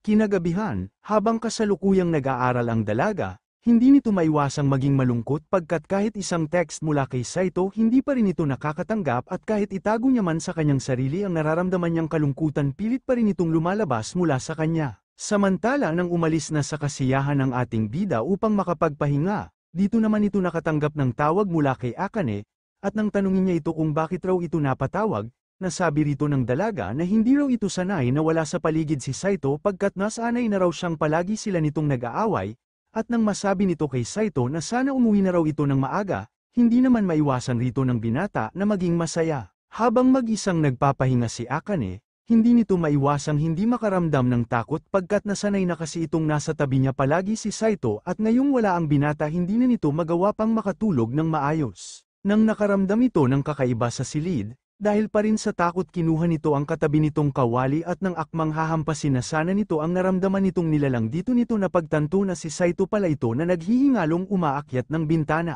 Nang tanungin ito ni Akane, kung bakit raw ito umaakyat ng bintana imbes na gamitin ang pinto, nasabi rito ng binata na hindi niya raw ito magawang makausap dahil hindi nito sinasagot ang kanyang tawag, isa pa ayaw na rin raw niya itong istorbohin pa sa pagtulog. Nang tanungin itong muli ni Akane, kung bakit raw biglaan itong umuwi, nasabi rito ng binata na hindi rin raw siya sanay na wala siya rito sa kanilang bahay, kaya naman nang makakita siya ng bus na pagdesisyonan na lamang niyang umuwi, at simula bus stop, naglakad siya ng halos 2 oras para lamang tuluyang makauwi, na ikinagulat ng lubos ng dalaga. Dahil sa nagawa ni Saito para lamang kay Akane, lubos itong na-appreciate ng dalaga kung kaya't masaya ito sa pag-uwi ni Saito, at nang mapagdesisyonan na nilang matulog, dito nito mahinhin na sinabi kay Saito na welcome home na hindi naman sinasadyang marinig ng binata at dahil sa nangyari dito unang beses na narinig ni Saito ang sweet na pananalita ni Akane at dahil sa nagawa ng dalaga hindi rin ito maiwasang hindi kiligin. Kinabukasan, ikinagulat bigla ni Saito nang makita nito si Akane na masayang nakatitig sa kanya, na ayon sa dalaga ay natutuwa lamang raw siya rito kay Saito habang natutulog. Habang kasalukuyang naghuhugas si Saito ng pinggan, niyaya ito ni Akane na magkasamang manood ng pelikula pagkat wala naman raw silang ibang gagawin isa pa magandang pagkakataon na rin raw ito upang magkaroon naman sila ng oras sa bawat isa, na ipinagtataka pa rin ni Saito pagkat kakaibang muli ang bawat kilos ngayon ni Akane. Nang mag-text bigla si Himari kay Saito, Nainis na naman rito si Akane at dahil sa selos pinaulanan na naman ito si Saito ng mga salita na agad namang dinipensahan ng binata, subalit dito nito biglang nahalata ang nadaramang pagseselos ni Akane at dito rin ito biglang naalala ang nasabi sa kanya ng dalaga bago sila matulog. Nang tanungin ito ni Saito patungkol sa una nilang pagkikita nang sila'y nasa first year of high school pa lamang, dito nito diretsahan na naitanong kay Akane kung bakit raw siya nito tinawag bilang Hojo-kun sa kanilang unang pagkikita nung enrollment ceremony. Agad naman itong itinanggi ng dalaga subalit hindi ito pinaniwalaan ni Saito pagkat sa talas ng kanyang memorya kabisado pa niya ang nasabi talaga noon ni Akane sa una nilang pagkikita.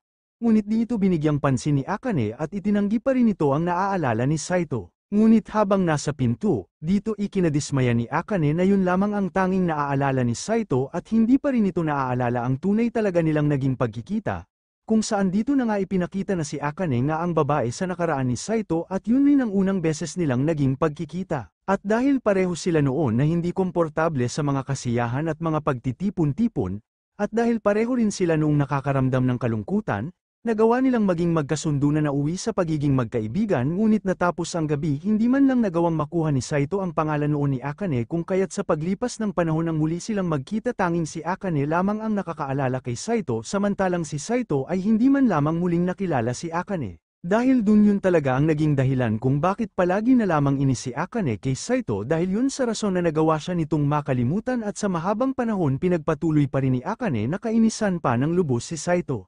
At dahil sa labis na inis ni Akane nagtanim ito ng sama ng loob kay Saito dahil siya lamang sa kanilang dalawa ang nakakaalala ng kanilang nakaraan. Nang kamustahin ni Saito si Akane, hindi rito ipinahalata ng dalaga na nakakaramdam ito ng kalungkutan at nasabi nito kay Saito na maayos lamang siya kung kaya't wag na raw itong mag-alala. Dahilan kaya pinaniwalaan ito ng binata at nagboluntaryo na lamang itong magluto ng kanilang hapunan. Nang lumipat ang eksena kay Himari na kasalukuyang hinaharas ng mga menyok, agad ang mga itong pinigilan ni Saito at nagpakilala ito sa mga bugok bilang kasintahan ni Himari at nagbanta rin ito sa tatlong bugok na umalis na lamang at huwag nang muling ipakita pa ang mga madudugis nitong mga pagmumukha. Nang mapag-alaman ni Saito mula kay Himari na hindi pa nito nais umuwi dahil sa problema sa pamilya, napagdesisyonan rito ni Saito na manatili muna sa tabi ni Himari pagkat pareho naman raw silang may problema sa pamilya at ayaw rin niyang maging mag-isa rito si Himari lalo pat maaari muli itong maharas ng mga manyak na nasa paligid.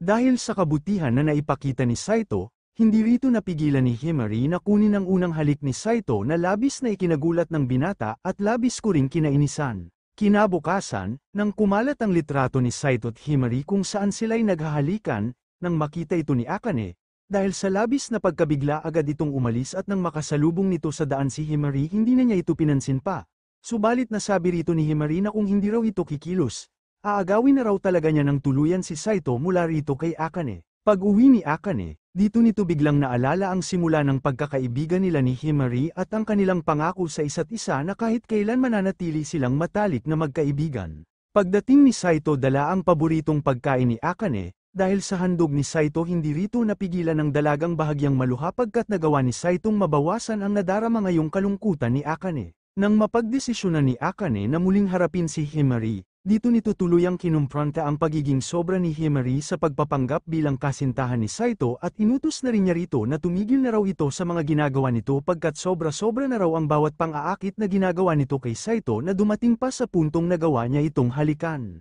Hindi naman ito tinanggap ni Himari pagkat wala naman raw karapatan nitong si Akane kay Saito lalo pat ang pagiging asawa nito kay Saito ay para lamang sa pormalidad at hindi raw yun sapat na dahilan upang tigilan niya na ng tuluyan ang pagiging malapit niya kay Saito. Nang buong tapang na ritong masabi ni Akane na minamahal niya si Saito, hindi naman ito pinansin ni Himari at nasabi nitong simula first year of high school hindi raw niya kailanman kinainisan si Saito hindi tulad ng ginagawa nito ni Akane. Kaya naman sino raw itong si Akane upang sabihin nito ngayon na mahal nito si Saito. Ipinamukha naman rito ni Akane na una siyang nagkagusto kay Saito na nagsimula nang sila'y bata pa lamang nang magkakilala sila sa isang kasiyahan noon at magpasa hanggang ngayon hindi pa rin raw yun nagbabago at mas lalo pang ang tumibay ang pagmamahal niya para kay Saito. Dahil sa katotohanan, hindi rito napigilan ni Himari na labis na magalit kay Akane dahil sa pagiging unfair raw nito at ipinamukha pa nito na hindi raw ito mapapansin ni Saito kung hindi sa tulong ng mga taong nasa paligid nito. Na hindi naman sinang-ayunan ni Akane at ipinamukha rin ito kay Himari na isa raw itong baliw na people pleaser.